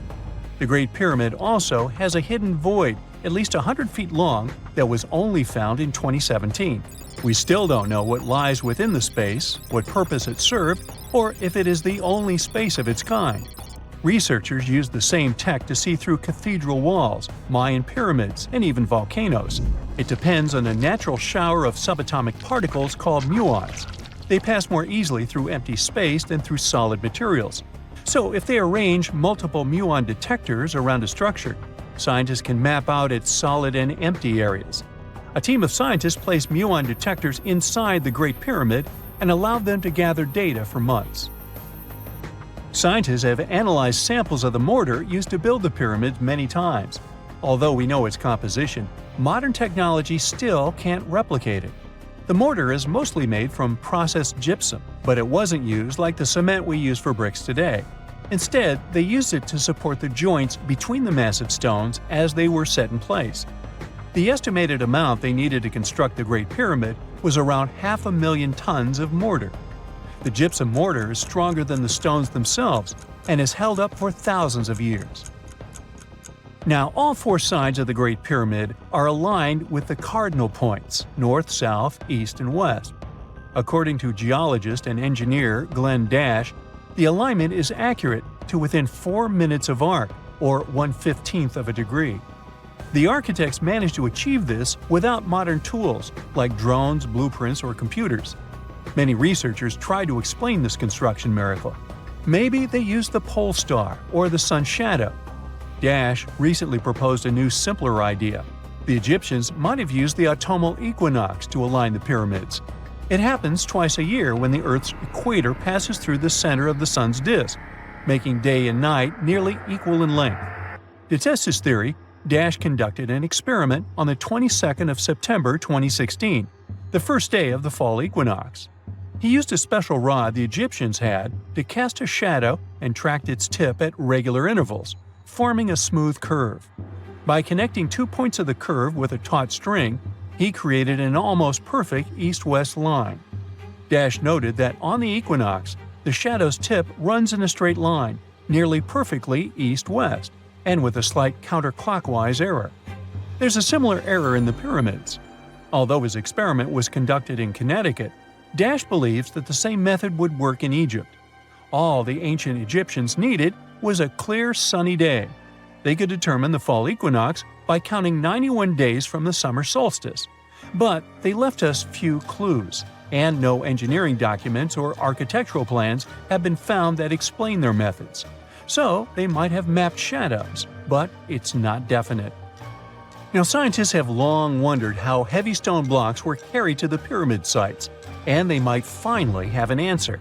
A research team from the University of North Carolina, Wilmington, has discovered that 31 pyramids are likely to have been built along a long-lost ancient branch of the River Nile. It's now hidden under desert and farmland. For many years, archaeologists have thought that ancient Egyptians must have used a nearby waterway to transport materials, equipment, people, and whatever else they needed to build the pyramids on the river. But up until now, they weren't certain of the location, shape, size, or proximity of this waterway to the site of the pyramids. The group of researchers used radar satellite imagery, historical maps, geophysical surveys, and sediment coring to map the river branch. They believe it was buried by a major drought and sandstorms thousands of years ago. The team managed to go below the sand surface and get images of some hidden features thanks to radar technology. They found hidden rivers and ancient structures running at the foothills of where most of the ancient Egyptian pyramids lie. The discovery of this extinct river branch helps explain the high pyramid density between Giza and Licht, in what is now an inhospitable area of the Sahara Desert. Now, Egypt isn't the only country with the most pyramids in the world. The champion's title here goes to its southern neighbor, Sudan. It has between 200 and 255 pyramids, compared to Egypt's measly 138. They were built by members of the Kingdom of Kush, an ancient civilization that ruled the lands along the Nile River many years ago. They started erecting pyramids around 500 years after the Egyptians had stopped doing it. Their pyramids are much smaller than the Egyptian ones, but were built for the same purposes. Archaeologists are still working to find out how the pyramids in the Sudan were built, how long it took to complete them, and what happened to their society. That's it for today. So hey, if you pacified your curiosity, then give the video a like and share it with your friends. Or if you want more, just click on these videos and stay on the bright side.